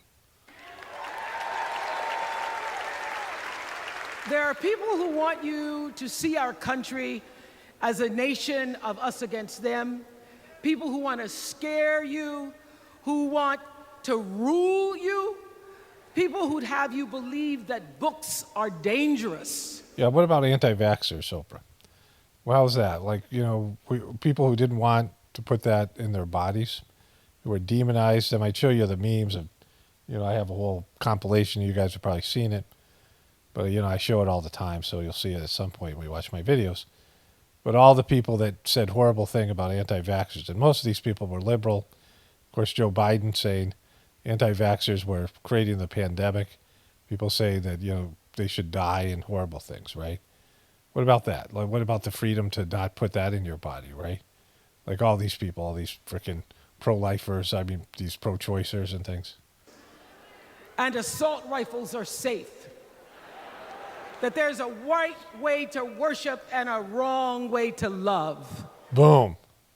People who seek first to divide Look, she's just getting it. She's just touched. and then to conquer.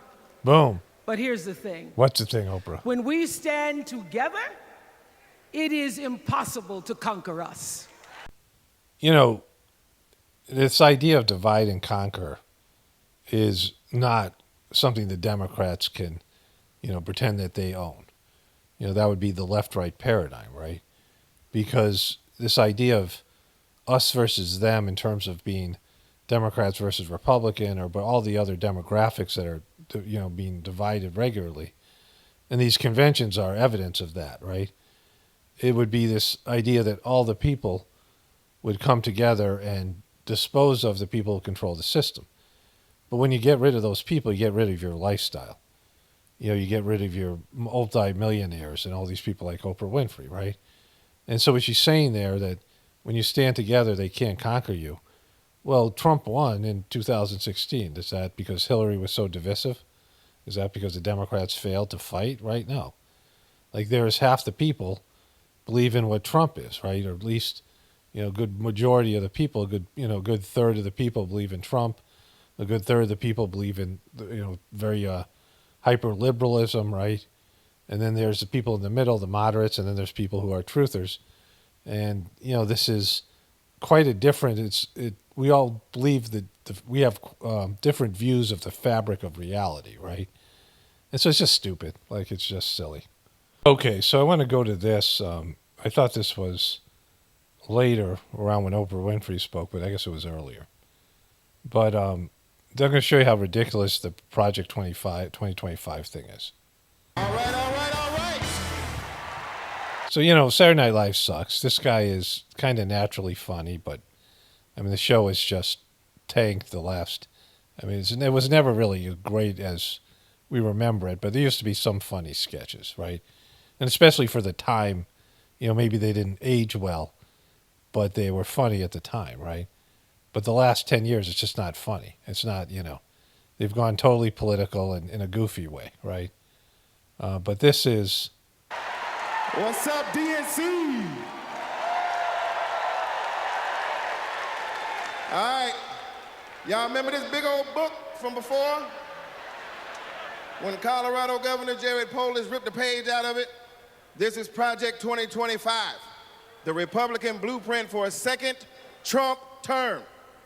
It is boo. It is a real document that you can read for yourself at kamalaharris.com/Project 2025. Why would they have it? Like, why would they put it out there in such a goofy way? And I'll get into that because it's kind of hilarious, right? You ever seen a document that could kill a small animal and democracy at the same time? Boom. Here it is. Brought his Saturday Night Live joke writers with him.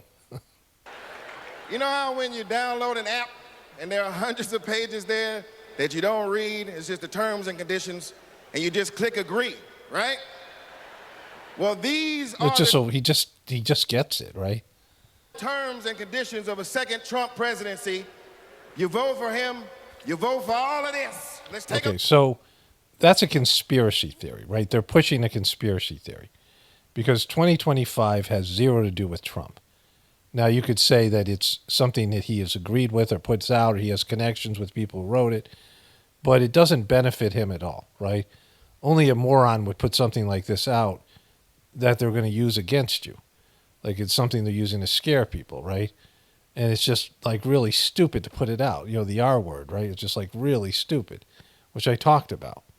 And so it's a conspiracy theory because they don't have any legitimate proof that Trump is connected to it. Like, they make fun of people who have conspiracy theory, but this is the exact same thing, where they're claiming they know that Trump is, endorsing this thing, and it's Trump's, even though Trump says he's denied it himself, and there's no direct evidence linking him to this thing, right?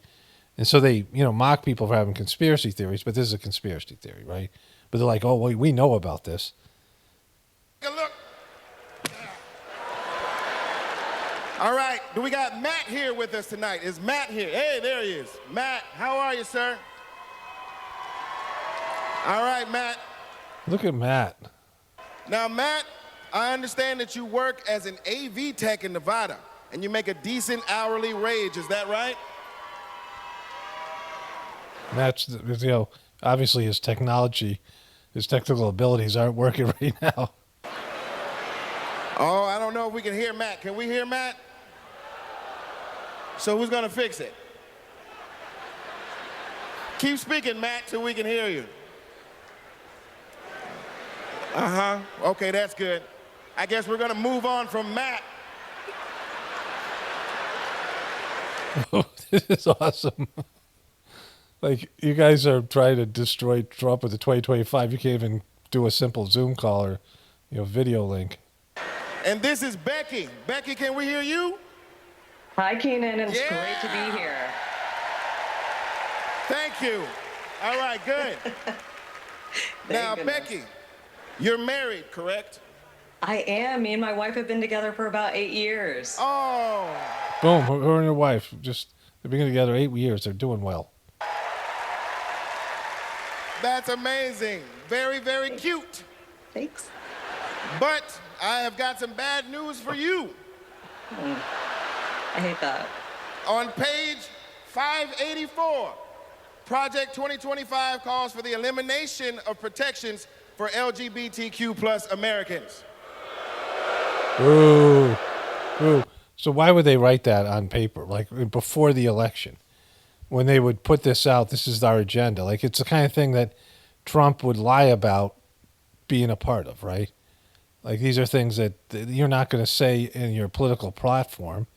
It's stupid. Like, it's bogus. There's no way that they would write this thing unless they wanted Trump not to get elected, right? Ooh. So, yeah, right back to the Stone Age. I'm afraid so. Right back to the Stone Age. That's terrible. Yeah, it is. Thank you, Becky, for being here and making that wonderful point. All right, next up, we have Nirvana. Nirvana, are you with us? Nirvana. And your people are with us as well? Yeah, all right, people. good. Now, Nirvana, I understand that you are on insulin to manage your diabetes, yes? Yes, and thanks to President Biden and Vice President Harris, I only pay $35 a month for my insulin. Kaboom. Some tells me that you're not going to be able to get that kind of deal with 2025. Woo, look at you. Yeah, that is great. That is great. But on page 465, Project 2025 calls for millions of people like yourself to pay more for prescription drugs like insulin. Why? Why? Well, I guess maybe to help Big Pharma make more money that they can donate to Republican politicians, I assume. But you guys didn't have any problem with Big Pharma when you were making the vaccines mandatory, right? And you were demonizing anti-vaxxers. All of a sudden, you're now against Big Pharma. Okay, so we get the idea here, right? Let's see. Let him wrap this thing up here. There's a bunch of stuff in here, but that's all we have time for at the moment. Just remember, everything that we just talked about is very real. It is in this book. You can read it online at kamalaharris.com/Project 2025. And most importantly, you can stop it from ever happening by electing Kamala Harris.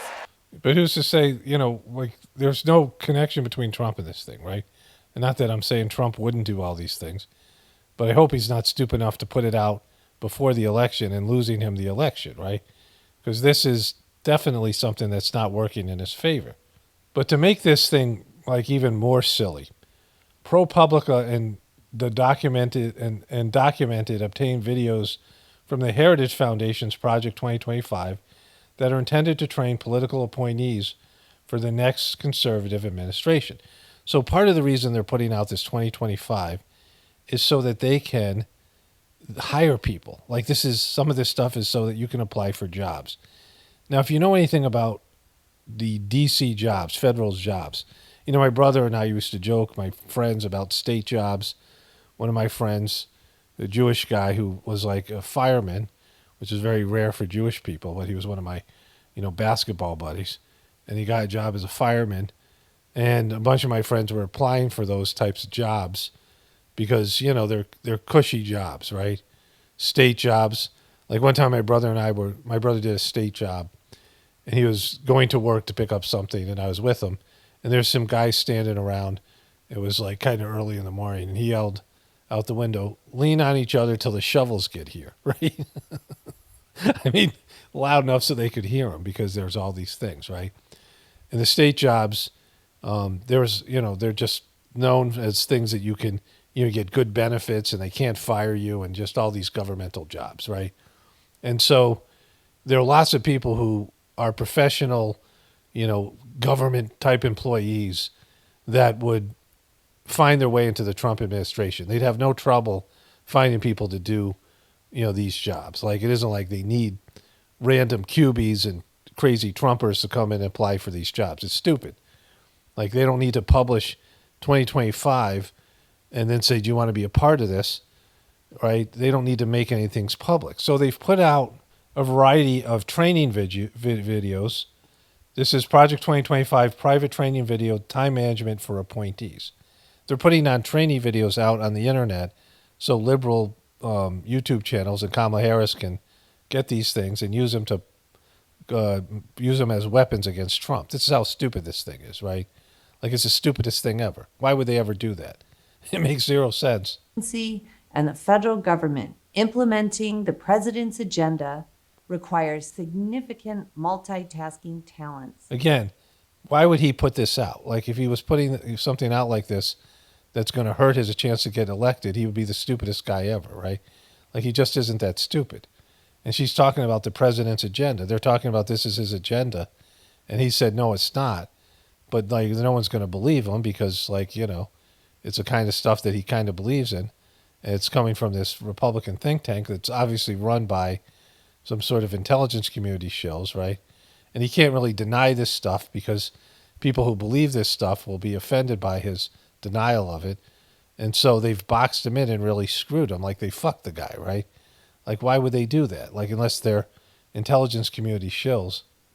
You are chosen in part because you are up to the task. There are like, you're already hiring people? You're not hiring people yet. Like, you wouldn't put this out. The election hasn't even happened. There's a time period between when the election's over where you could put something like this out. And even then, making it public would raise the alarm of all these, it would just be a stupid thing to do. You don't put out controversial things like this and say things that are going to get people like freaked out. Like, and if Trump wins, people are going to be going after this stuff. They're going to be freaked out by this stuff even more. And they're going to be talking about 2025, Project 2025, the day after Trump wins. Like, if Trump wins the election, which looks like it's kind of possible, they're going to just be talking about this for the next 4 years, right? And they're going to use it to raise money. They're going to use it to, create movement and create outrage and all these things and division. 5 areas of time management this training will cover. Your first month, effective communication, external meetings, internal meetings. Like, it's just stupid, right? To your calendar. We'll put meetings on your calendar. Who you're talking to? Like, people on YouTube that were going to work for Trump? Like, what the fuck, right? If you are hired for a federal job, you have to go through the background investigation process. This starts when an agency decides to hire you and makes you a job offer. When you accept that job offer, they commence the investigation background checks. That starts when the United States government looks at employees whether or not they meet the suitability and fitness requirements for that position. This applies to anybody, whether you're a contractor, an employee, military. So again, this is all, there's like a lot of these. There's at least 4 or 5 that I saw. These are just 2 of them. They've put out these training videos for jobs that don't exist, for an administration that hasn't won yet, with all this controversial material that's probably going to prevent him. If he loses the election, this will be part of the reason why, right? It's just stupid. It's just not real. This thing didn't happen for the reasons they're saying, right? This is something that gives the Democrats all kinds of firepower and all kinds of, motivational tools to get their followers' tackles up. And even if, like I said, Trump wins, it's even going to be worse then. You'll be fighting this for the next 4 years. Just stupid. Like, it's just stupid, right? Guy looks like some CIA shill. So did the woman. It looked like some kind of intelligence community thing, right? Like some psychological operation. It's just like stupid. Okay, so wrapping up day 3. Today's, I think, the 23rd. I'm going to check my phone here. Of Friday, August 23rd. And, I watched a little bit of Kamala Harris's speech. It's just I got a whole message I'm going to say at the beginning of the next video. And the whole thing's just hilariously contrived and manipulated and, stagecrafted. So here was Pete Buttigieg. He, they have all these celebrities here. And they have this... Seeing Governor Walz going to Congress and then becoming governor, I see the guy that was a first sergeant. I see a guy that's full of energy, always busy. And like he says, you get enough time to sleep when you're dead. I first met Governor Walz and Congressman Walz. The way that they try to build these people up as like saints or heroes, then this guy comes out.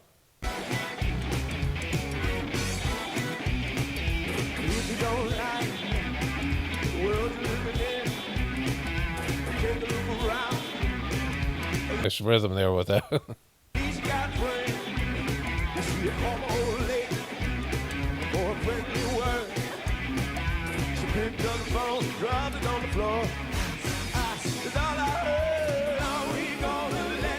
So it really makes you appreciate Prince, right? Because you'd think that John Legend at least has a good singing voice.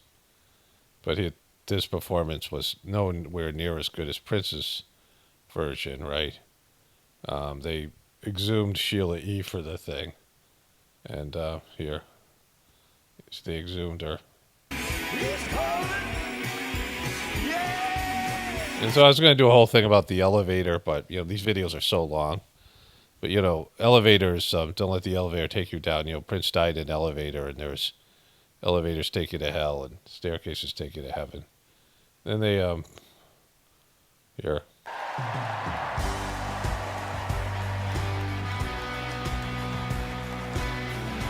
Nancy Klobuchar. Is it Nancy?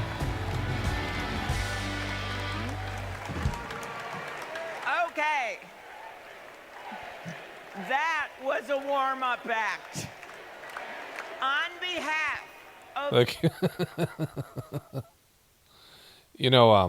there is a documentary on HBO called Kill Chain. It was about rigging the election, but it was a Democratic, very heavily Democratic-leaning, documentary.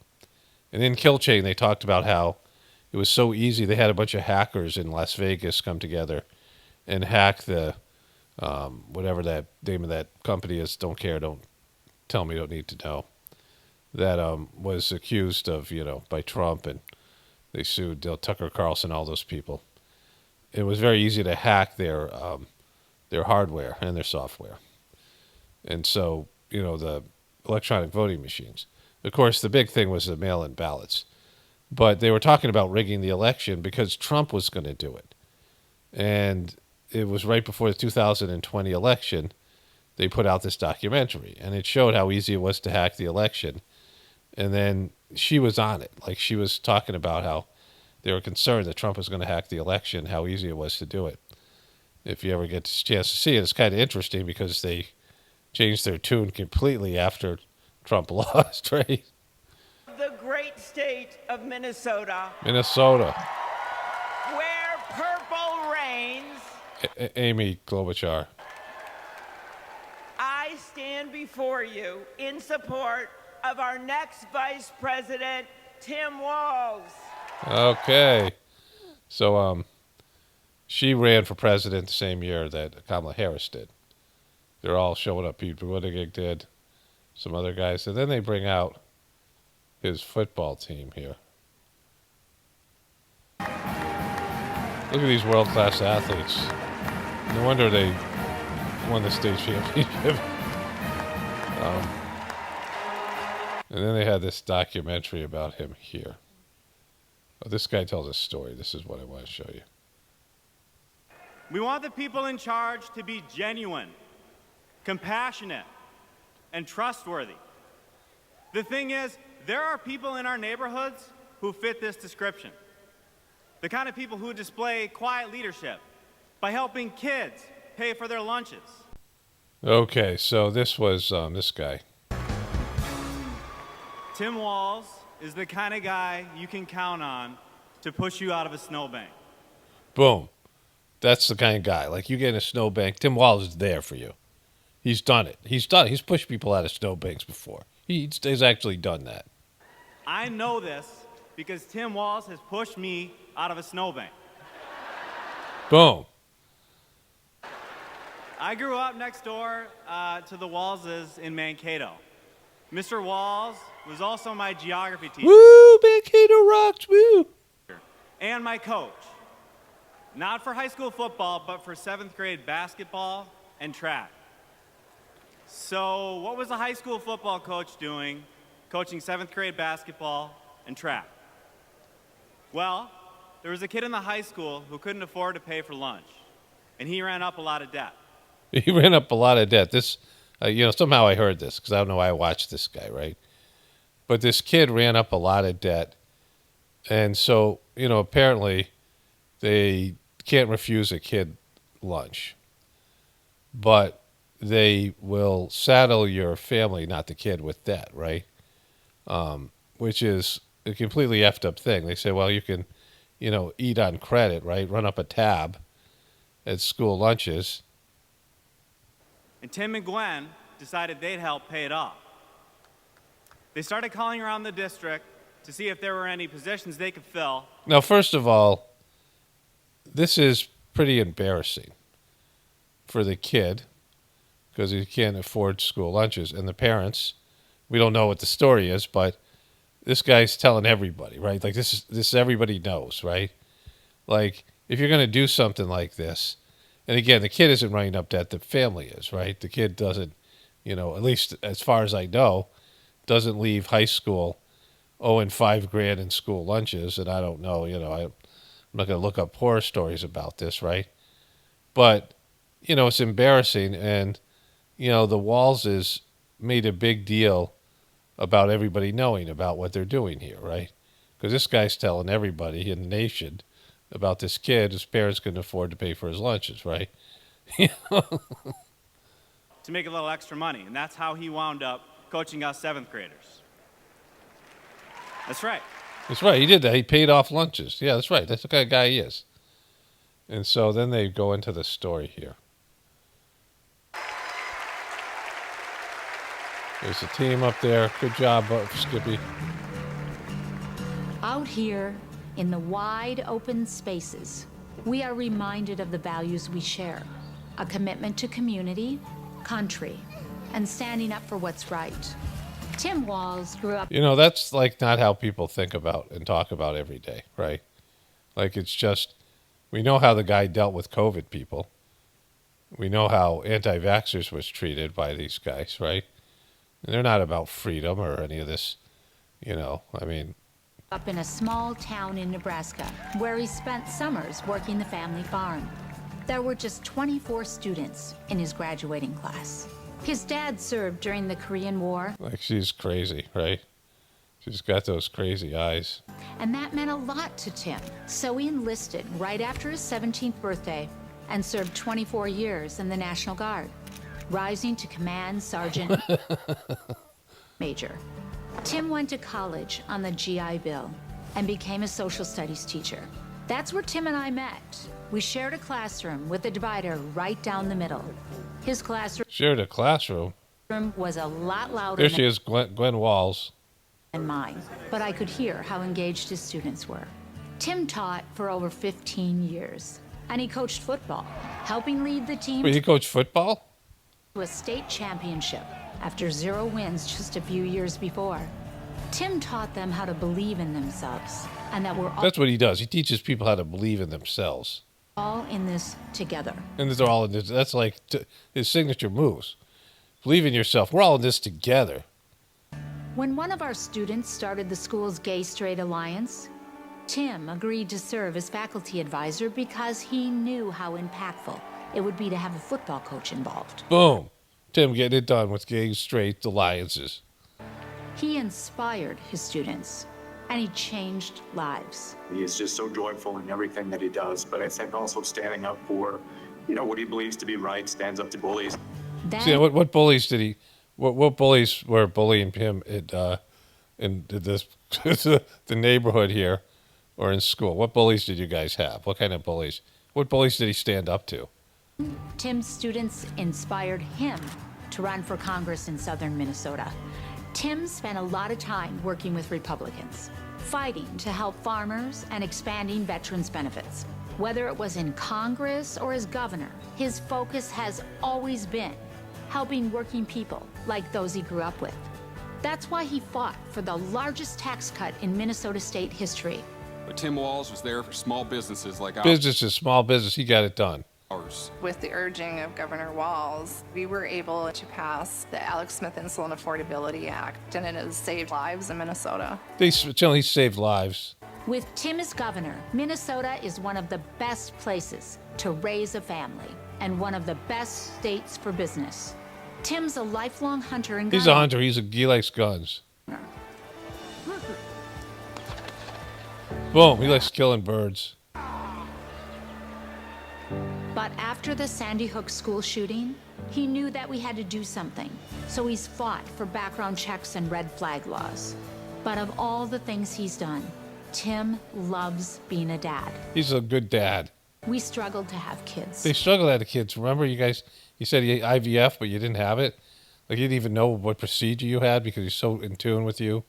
And there's such a big moment when you guys actually had kids because you couldn't have them that he doesn't even know the procedure you use, right?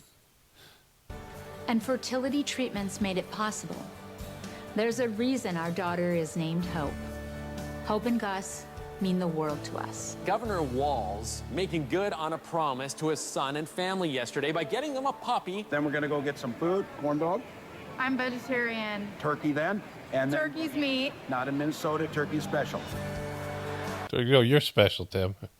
He's as at Looks home like your son's kind of special, too.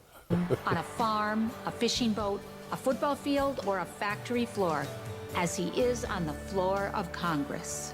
Tim's commitment to service all comes back to the values we grew up with.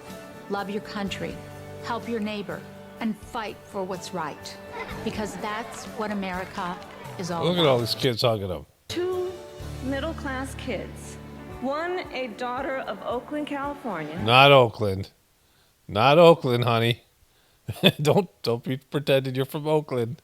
The other, a son of the Nebraska plains, only in America. Is it possible for them together to make it all the way to the White House? Only in America is it possible for someone from these. She said, Joe Biden said the same thing. Like, oh my God, what a incredible story! Like a kid from Delaware and Pennsylvania could come, and a kid with stutters become president. Like, it's just, like you couldn't be president of some. You're not going to be president of Bulgaria when you're from Nebraska, right? USA.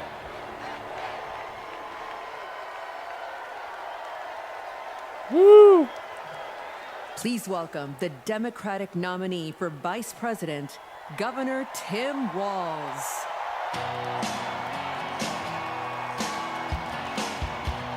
He was born in a small town. Boom, do your bow. There you go. Here, point, wave, with big old gaping ghoul hole. Open your ghoul hole, Tim. Open your ghoul hole, and there you go. There you go. Open that ghoul hole. Oh yeah, just touch your heart. He was born in a small town.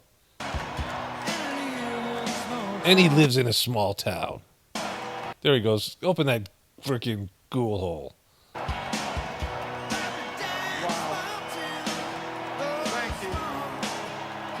Small.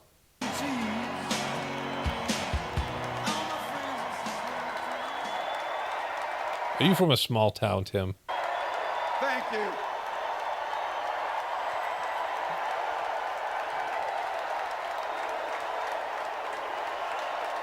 Thank you.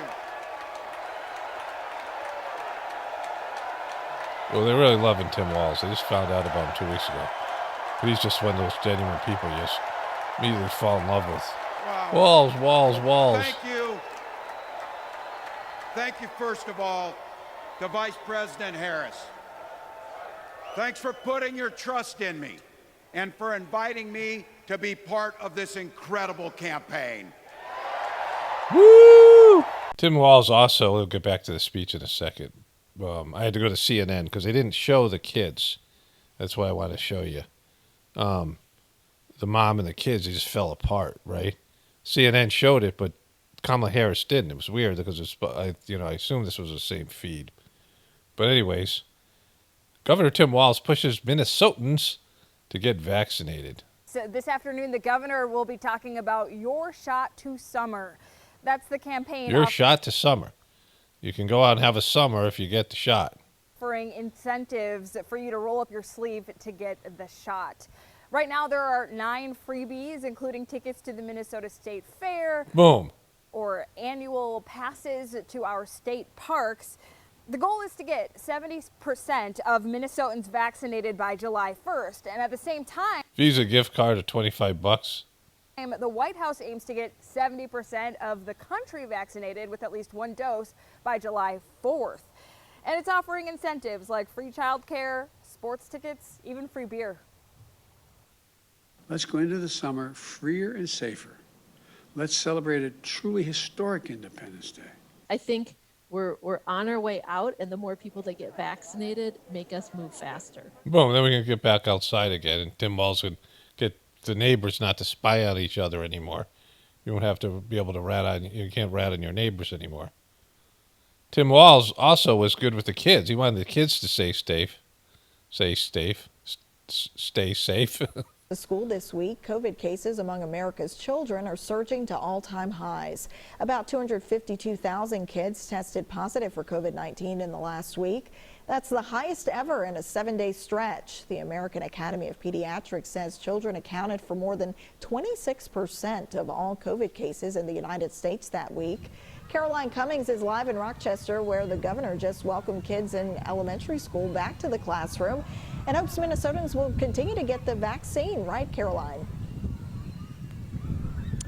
Hi there, Shayla. So kids under 12 are not yet eligible for the vaccine. So that includes many of the kids here at Jefferson Elementary School. And here, though, those kids and the staff are going to have to wear masks, but that's not the case in schools across the state. That's because it's a district-by-district decision on whether to implement mask requirements or require vaccines. Yeah, remember how they came out and said, yeah, the masks really didn't do anything, right? Or routine testing for staff. St. Paul schools, the second largest district, voted for shots or weekly testing for all employees, and it was one of the first districts to do so. Governor Walz says he's concerned about a patchwork approach to schools, but he says he has no plans to trigger another state of emergency, which would give him the powers that allowed for the mask mandate. It wouldn't hold. I would lose that authority. It would hold for 29 days, and then the legislature has shown that they will not do that. My hope is that there's enough pressure. So you went over the top. Is that what happened? And we all know this is bogus. So you really were. You were one of those guys, right? You were one of those guys, Tim. One of those guys who went I'm a guy who's in the National Guard and came like a volunteer fireman, and you went full bore, and let's roll up everything, right? Pressure from parents. There's enough pressure from science. There's enough pressure from folks. Walz is asking lawmakers to put new COVID vaccine and masking rules into effect, but it's not going over well with Republicans. Good evening, everyone. Thank you for joining us. I'm Kelsey Carlson. And I'm Amy Hoggart. Political reporter Theo Keith joins us now. So, Theo, you asked the governor if his latest request. So this is Governor Walz meets with legislature leaders to discuss vaccine mandates. Are an ultimatum. What did he tell you? Well, that is the real question, and he said no, they are not an ultimatum. and that he has no plans to call a state of emergency over COVID if he doesn't get what he wants from the legislature. Let me set this up. Today, the governor and his health commissioner, Jan Malcolm, got their flu shots at a community clinic in St. Paul. Both of them warned about the impact a bad flu season could have on an already strained healthcare system. Earlier, the governor met with the 4 legislative leaders for the first time in weeks. In addition to long-standing requests on pandemic bonus pay for frontline workers and farm drought relief, Walz today added 2 new ones: vaccine and testing requirements for school staff and long-term care workers. So, the guy went over the top, right? Which we all know was, unjustified and unnecessary. Okay, so this is the one I had to go find this on CNN. So Tim Walz comes in. And look at his frickin' kids. His wife is like nuts. His son's got this weird haircut. And he's like, look at them, they're like bawling. Thank you.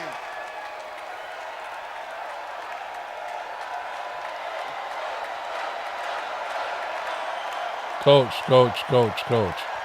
They're already calling him coach. Wow. Well, thank you. Thank you, first of all, to Vice President Harris. Thanks for putting your trust in me and for inviting me to be part of this incredible campaign. And a thank you to President Joe Biden for 4 years of strong, historic leadership. And then going senile, so it opened up a slot for me, formerly filled by Kamala. And later on, look at his son like weeping. It's falling apart. Okay, so at this point, I'm editing here. But at this point, I didn't know exactly what his issues are. They're going to talk about his issues. Like, this kid has issues, obviously, right? You can see them. And, I'll have a voiceover talk about this. And, I like people who are different. So, this isn't, I like him more than the other people. He's my favorite Walz, right, this kid. But Tim's obviously frustrated with him because he yanks his arm. All these things sort of came out this morning. I saw this a little bit. There's so much I'm covering here. But the mom's weird. She has those crazy eyes. He's been featuring his daughter. She's putting out posts on social media, sort of, making fun of her dad, and they go back and forth a little bit. But the son, they've hit away, and they really didn't talk about the son that much during that piece. They talked about these kids and all the kids he coached and all these things. But for a guy who is calling the other side weird, and that's what I'm going to focus on here, he's hiding away this kid, like he's ashamed of him or something, right? For one beautiful, simple reason. We love this country. Give it to him, Coach. Give it to him. Give it to those anti-vaxxers and all those people. So thank you to all of you here in Chicago and all of you watching at home tonight. Thank you for your passion. Thank you for your determination. And most of all, thank you for bringing the joy to this fight. All right, so I'm not going to get through this speech. I don't know if there's any more stuff with his family. But, Tim Walz. Okay, so I already shot the stuff about Tim Walz's son, Gus. And then my wife told me about this, and I went and found it. Tim Walz under fire after viral video captures him aggressively pulling son Gus onto DNC stage, shows his true colors. This is the Times of India, right? Which would be supporting Kamala Harris because she is, got Indian descent, right? But here's the video from Twitter.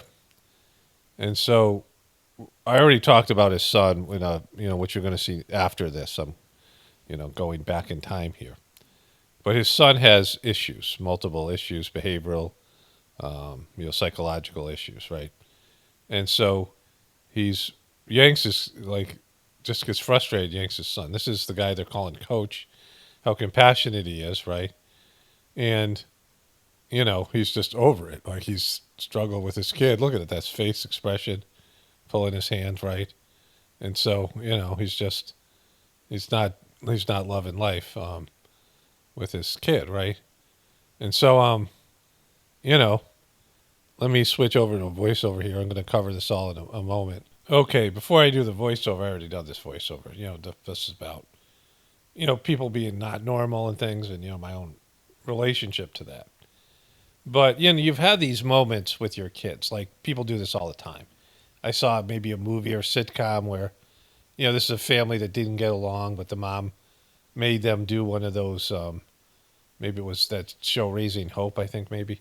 I'm not sure. But do one of those portrait photos every year where they would, get a professional photographer and you have those family photos. Of course, now you have people putting up all kinds of fake shit on Instagram that's completely staged and contrived. And they smile and they pretend how happy they are. And, deep down, later, and they're having fights. And, then there's the real story, right? And Tim Walz is obviously frustrated with this kid. And they're trying to portray him as a coach and this, loving guy who's just positive and happy and fun and nice to everybody. But then you saw, how he treats his son here, right? He's just like pissed and over it, like, just get over here, right? like the scorpion in Mortal Kombat. Get over here, right? Like he's just, over the whole thing. And, the kid was cheering. Well, let me just show you this. Let me do the voiceover here, and then I'll show you the other clip. So I never considered myself normal, right?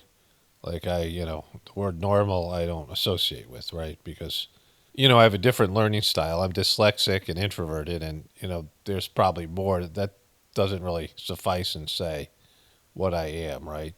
In terms of the Myers-Briggs, I am an INTP, yeah, which is 4% of the population. It's one of the rarer personality types, right? And I just always, kind of understood I had a different learning style or whatever. I mean, I guess as I got older, I did. As a kid, I didn't care.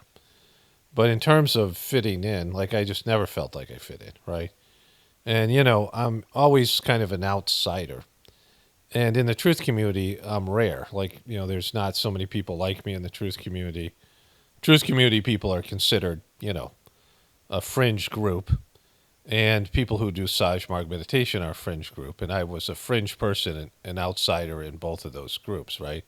So, like, I don't, value being normal or whatever, right? I never really cared about fitting in. And, everyone has their idiosyncratic behaviors and their whatever it might be. Things that, make them different or, whatever you want to call it, special or whatever. And so, like, I don't care about that stuff. But Tim Walz busted out the weird word.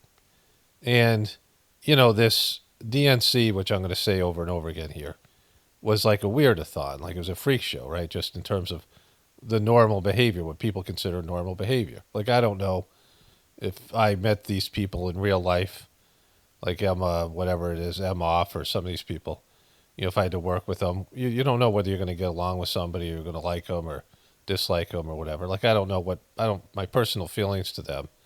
And Tim Walz's kid here, Gus, who they, hid away, right? Like Kamala Harris mentioned her dad, is going to mention her dad in the final speech briefly, but her dad isn't a part of her life. And he's a Marxist economist from Jamaica. And she barely talks about that side of her family. She finally kind of embraced the Indian part of her family, a little bit in this whole thing, because, she's been trying to prove her, street cred blackness thing for the last so many years. But it's all made up and contrived. But there's obviously some shit went down with her dad, and she's not referring to it, right? And, Tim Walz is, they want to make him this coach and this great guy, and everybody loves him, and he's so, like, caring and concerned about other people. But, he's got an eccentric kid here, a kid with some issues, and that's frustrating. Like, the kid probably frustrates the crap out of them. He's a high-maintenance kid, high-need kid, right? And then Tim Walz is going to call other people weird, right? Like, I don't care. Like, people who are different, I usually identify with. Like, I, like people who stand out. So I'm like rooting for his kid in, different ways, right? And especially if he's going to do shit that's going to make Tim Walz pissed off. But, Tim Walz are trying to make him an average, normal American guy who just likes people, farming, old coach white guy who's out there. He's just loving everybody, accepting everybody. but he's yanking his kid's arm here, right? And so let's get into what his kid's issues are here. But again, Tim Walz is the one who brought out the word weird. And if you think J.D. Vance is weird, well, what about your own kid? Like, what do you think about him? Like, do you think he's weird? Is that your issue? Like, you wish he's more normal like you? Is that, because they're trying to make Tim Walz a normal guy, but the guy's a liar. He lied about a bunch of weird stuff. Now, I understand why he lied about his military service, exaggerated it. But why did he lie about IVF, right? Why did he lie about white guy tacos and, these things? Like, why did he lie about that stuff? I mean, it doesn't make sense, right? He's trying to be Joe Normal, but then he's making up stories and he's, exaggerating things that don't have any value to be exaggerated, right? And then the weird thing, like his biggest thing is being known for calling J.D. Vance and Trump weird. Well, if they're weird, then what about what we just saw at the DNC? If you're going to say everybody who acts abnormally or is, abnormal in some way doesn't, fit in what most people consider the normal range, there's a lot of weirdness at the DNC, a lot of eccentric kind of stuff, right?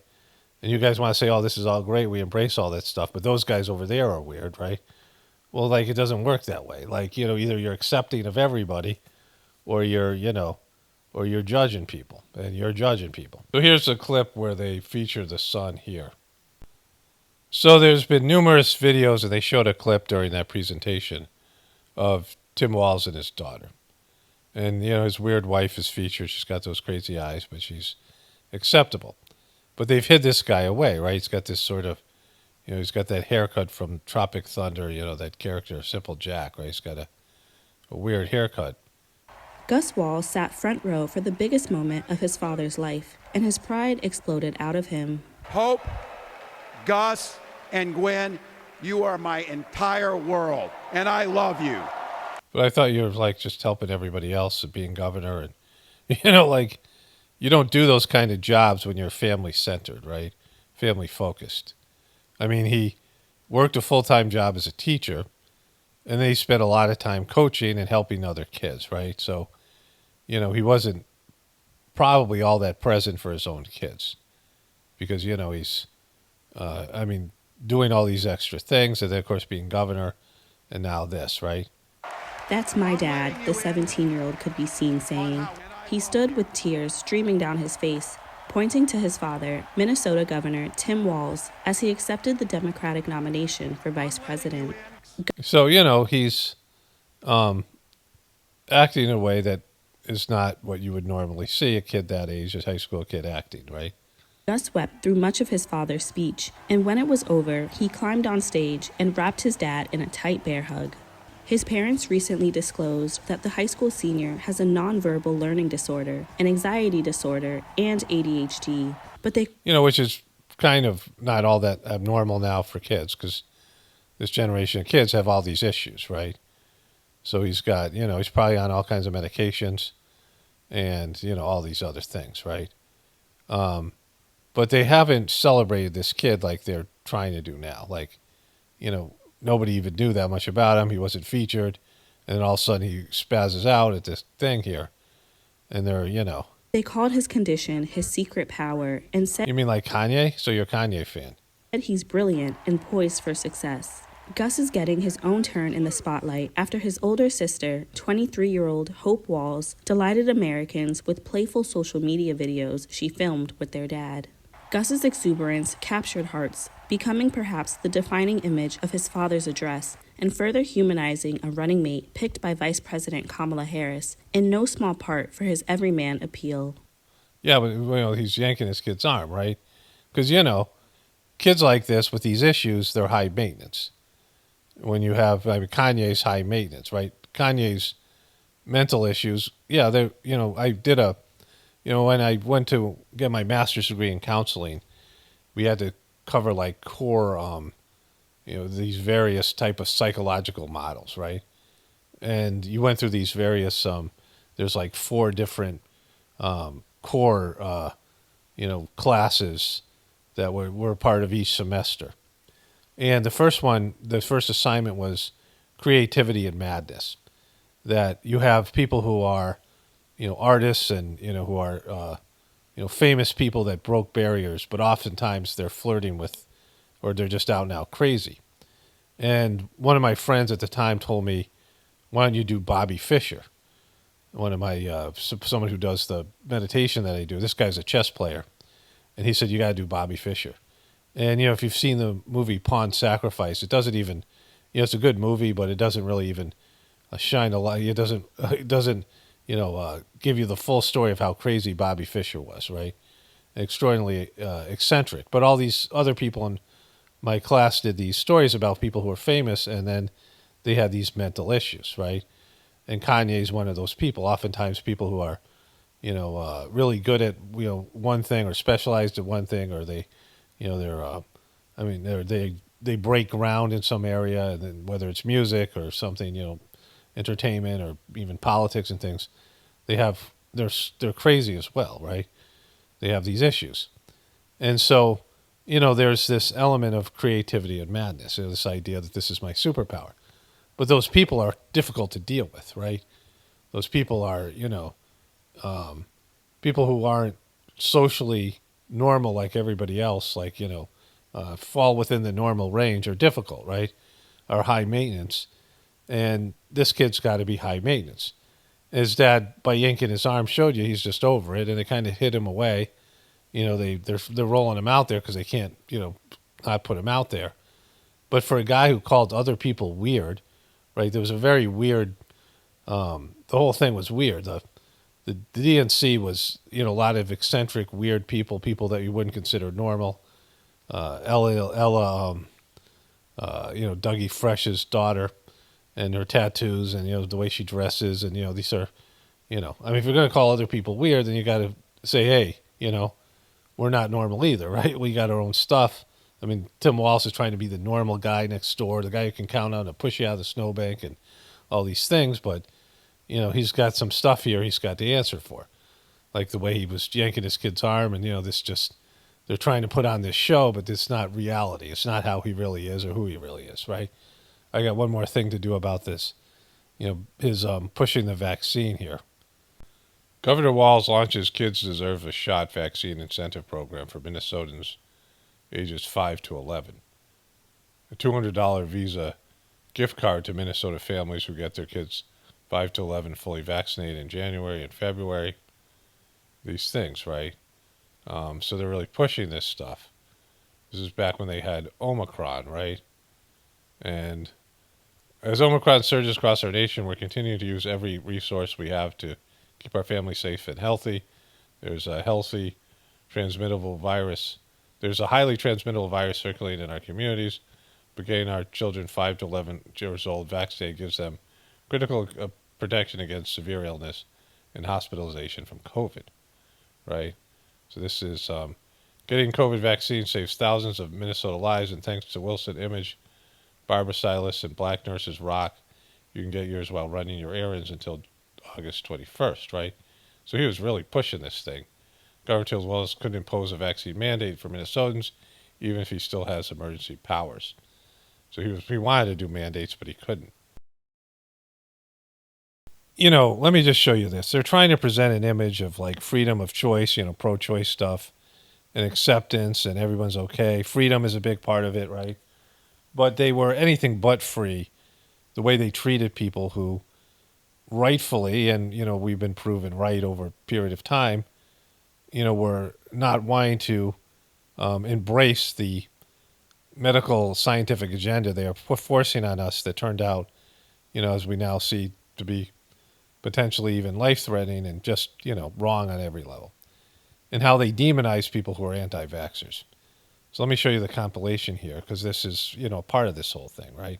It's science, and you shut up and wear your mask. It's science, and you shut up and wear your mask. It's science, and you shut up and wear your mask. You shouldn't cut anti-vax people out of your life. They could be dead tomorrow.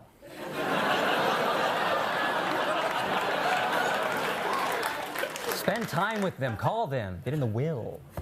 Screw your freedom. The latest data that confirms that we're still in a pandemic of the unvaccinated.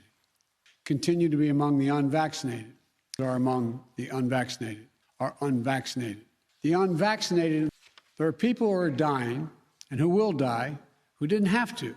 If you haven't gotten vaccinated, do it now. Do it now. It could save your life, and it could save the lives of those you love. This is a pandemic of the unvaccinated. The unvaccinated overcrowd our hospitals, are overrunning emergency rooms and intensive care units, leaving no room for someone with a heart attack or pancreatitis or cancer. This is not about freedom or personal choice. It's about protecting yourself and those around you, the people you work with, the people you care about, the people you love. My job as president is to protect all Americans. My message to unvaccinated Americans is this: we've been patient, but our patience is wearing thin, and your refusal has cost all of us. As I speak to you, millions of Americans are still unvaccinated and unprotected. And because of that, their communities are at risk, their friends are at risk, the people that they care about are at risk. But if you're unvaccinated, you're not. And you're putting yourself, more importantly, maybe from your perspective, your family and your friends at risk. Ultimately, those who are not vaccinated will end up paying the price. You are not allowed to infect anybody just because you think you've got rights that are delusional, of course. This delusional, evil idea, you got to identify those people and bring them out into the open so you know who they are. If you're willing to walk among us unvaccinated, you are an enemy. At this point, staying unvaccinated is like wearing a Yankees hat to a Red Sox game. You're probably going to end up in the hospital, and it's your own damn fault. I was so worked up over the weekend about this fucking Aaron Rodgers of the NFL. I don't even know where to begin with that story. I mean, this fucking guy, I don't watch football. Sorry, I'm not a big fan. I know the guy's a real good football player. That's why they put up with his bullshit. If I ran the NFL, he's going to be a Hall. You came across as a national embarrassment. He's talking to Aaron Rodgers. You came across as a national embarrassment. There is no other way around it. It was the most embarrassing performance of Aaron Rodgers' career. Jeopardy and possibly putting your teammates in jeopardy, to me, is selfish. I'd give Aaron Rodgers some advice. It would have been nice if he'd have just come to the Naval Academy and learned how to be honest. Southern California, where as of yesterday, we started giving the vaccine to kids aged 5 and up. Finally, our kids will be able to go to. Let's see. Woo! Woo! Oh. I'm not vaccinated. Oh, where are you going? Oh. I take horse pills. Yeah, we have to wait for them to be vaccinated because they are selfishly a endangerment to other people, including staff people here. So while we're all hopeful, and I join the president in being hopeful that we can reach a place where it is safe for people to be. What is this, the honor system?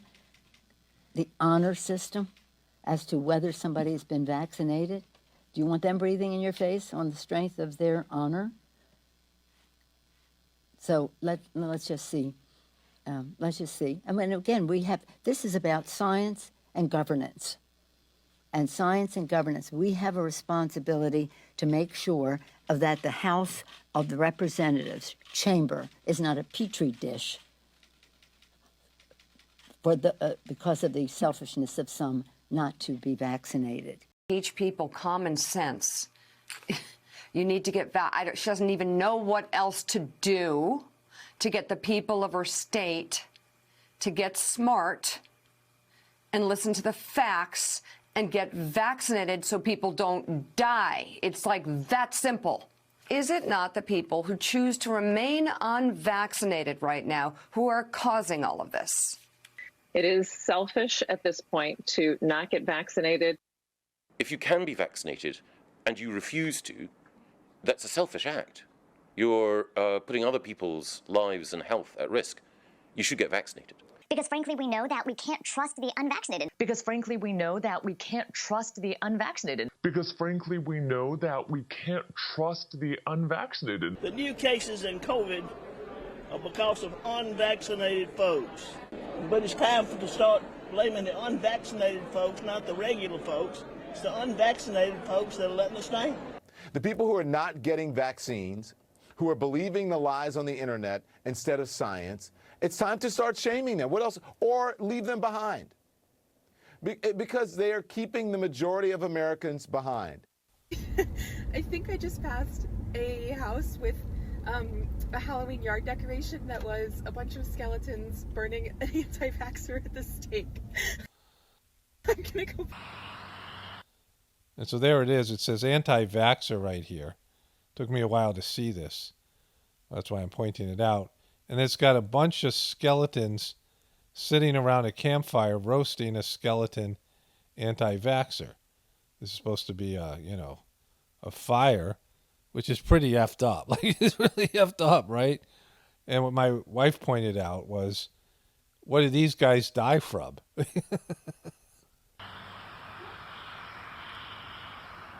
Not that Halloween is a contest, but they want it. It's the platforms like Facebook. They're killing people. I mean, look, the only pandemic we have is among the unvaccinated. And they're killing people. What he's saying there is that posting words on social media is killing people. And they've made this like the worst thing. That you're a bad person for posting things that aren't verified by the official story. This is a guy who droned children. He ordered the deaths of children in Afghanistan when he ordered a drone strike on an imaginary enemy to distract from a failed war and a disastrous withdrawal. And so there are horrible things being done all the time. But now they've made posting things on social media one of the worst ones. But it ended up not being true, right? He demonized anti-vaxxers and people who were posting things on the internet, and ended up being him who was the liar and the person that was putting people in jeopardy. Effects or reactions would be most common from these vaccines? Well, generally, the most common reaction is what you see with most any other vaccine. A sore arm, a little bit aches, you might feel a little bit fatigued and down for 24 hours to 36 hours at the most. A small percentage of the people might get a fever that would last for 24 hours. You take a Tylenol, you can take care of that without much problem. The safety of severe adverse events is really very good. In the 30,000 people in the Moderna trial and the 44,000 people in the Pfizer trial, the one we're talking about today, there were really no severe adverse events. They didn't list any side effects. I mean, that's, a sore arm or, these things. I mean, he's talking about just how you feel after you get the vaccine, not 2 months out or 3 years out or 5 years out. But now we know that there are multiple side effects, which I'll get into after we go through these things here. We know that there is admitted to side effects, things that they're investigating, and things that are related to people dying. And one of the ways we know that they were being deceptive and not saying what some of the side effects were, because they never showed you commercials that came from the pharmaceutical companies themselves. It was social influencers or media personalities or Jojo Magoo.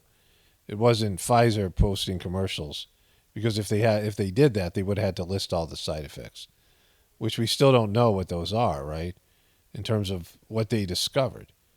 And it's still being studied, right? It's not even like they're fully, it's fully been vetted by even the pharmaceutical companies themselves. So this was all lies, right? Again, they lied to people and said that this thing was safe and safer than getting COVID. And, this turned out to be not true, right? Because frankly, we know that we can't trust the unvaccinated. It's to prevent severe disease, which we don't have data for that for kids. But I guess to me, the risk-benefit calculation looks like this. If the vaccines are safe and the side effects are things like fatigue, and headache and muscle soreness at the injection site, I would much rather deal with that for a day or not at all. I mean, most people actually have no side effects. And so I would much rather deal with side effects like that, but understanding that we're giving something that is safe and that can prevent the possibility of something horrible from happening, which is every parent's worst nightmare.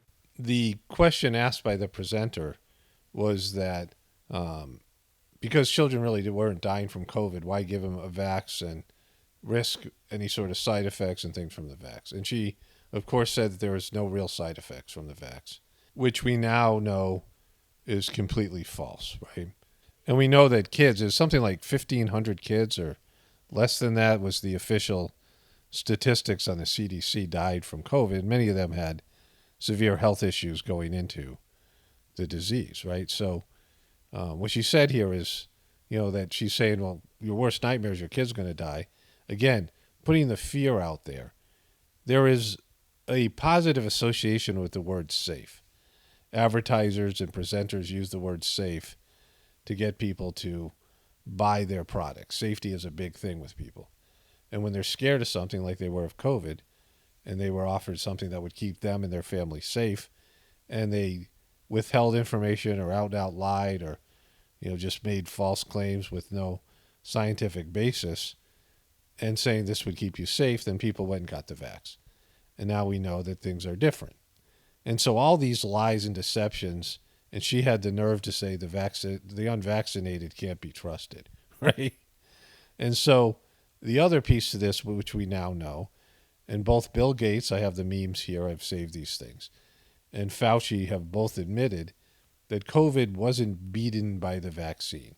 The idea that the vaccine would give herd immunity and COVID would disappear because everyone would be vaccinated and they wouldn't get COVID because they had the vaccine, and then, it would just disappear because no one would have it and they couldn't pass it on to other people.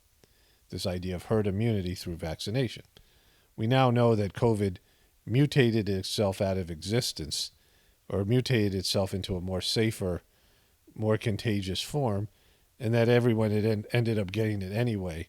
So the vaccine turned out to be relatively unnecessary based in what these guys are saying here. In beating COVID-19? Well,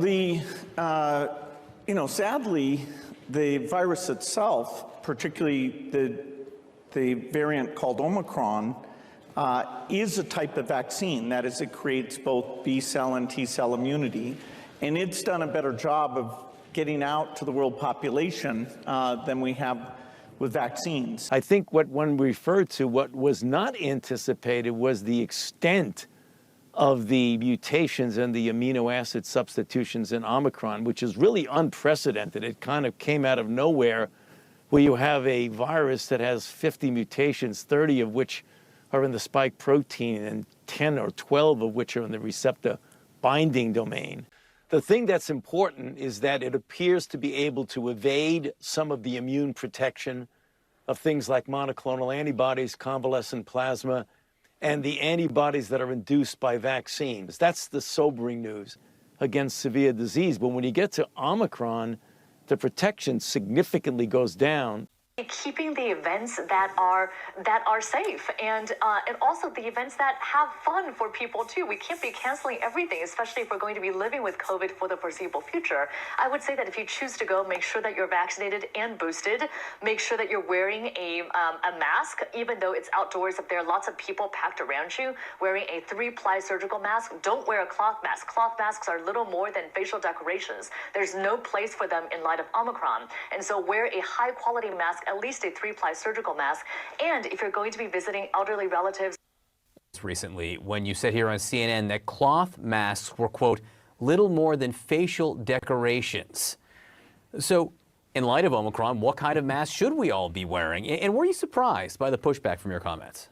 Well, I was surprised because this is not the first time that I or Professor Osterholm or really any of us public health experts have been saying that cloth masks are not appropriate for this pandemic. It's not appropriate for Omicron. It was not appropriate for Delta, Alpha, or any of the previous variants either, because we're dealing with something that's airborne. We're dealing with a virus that's extremely contagious.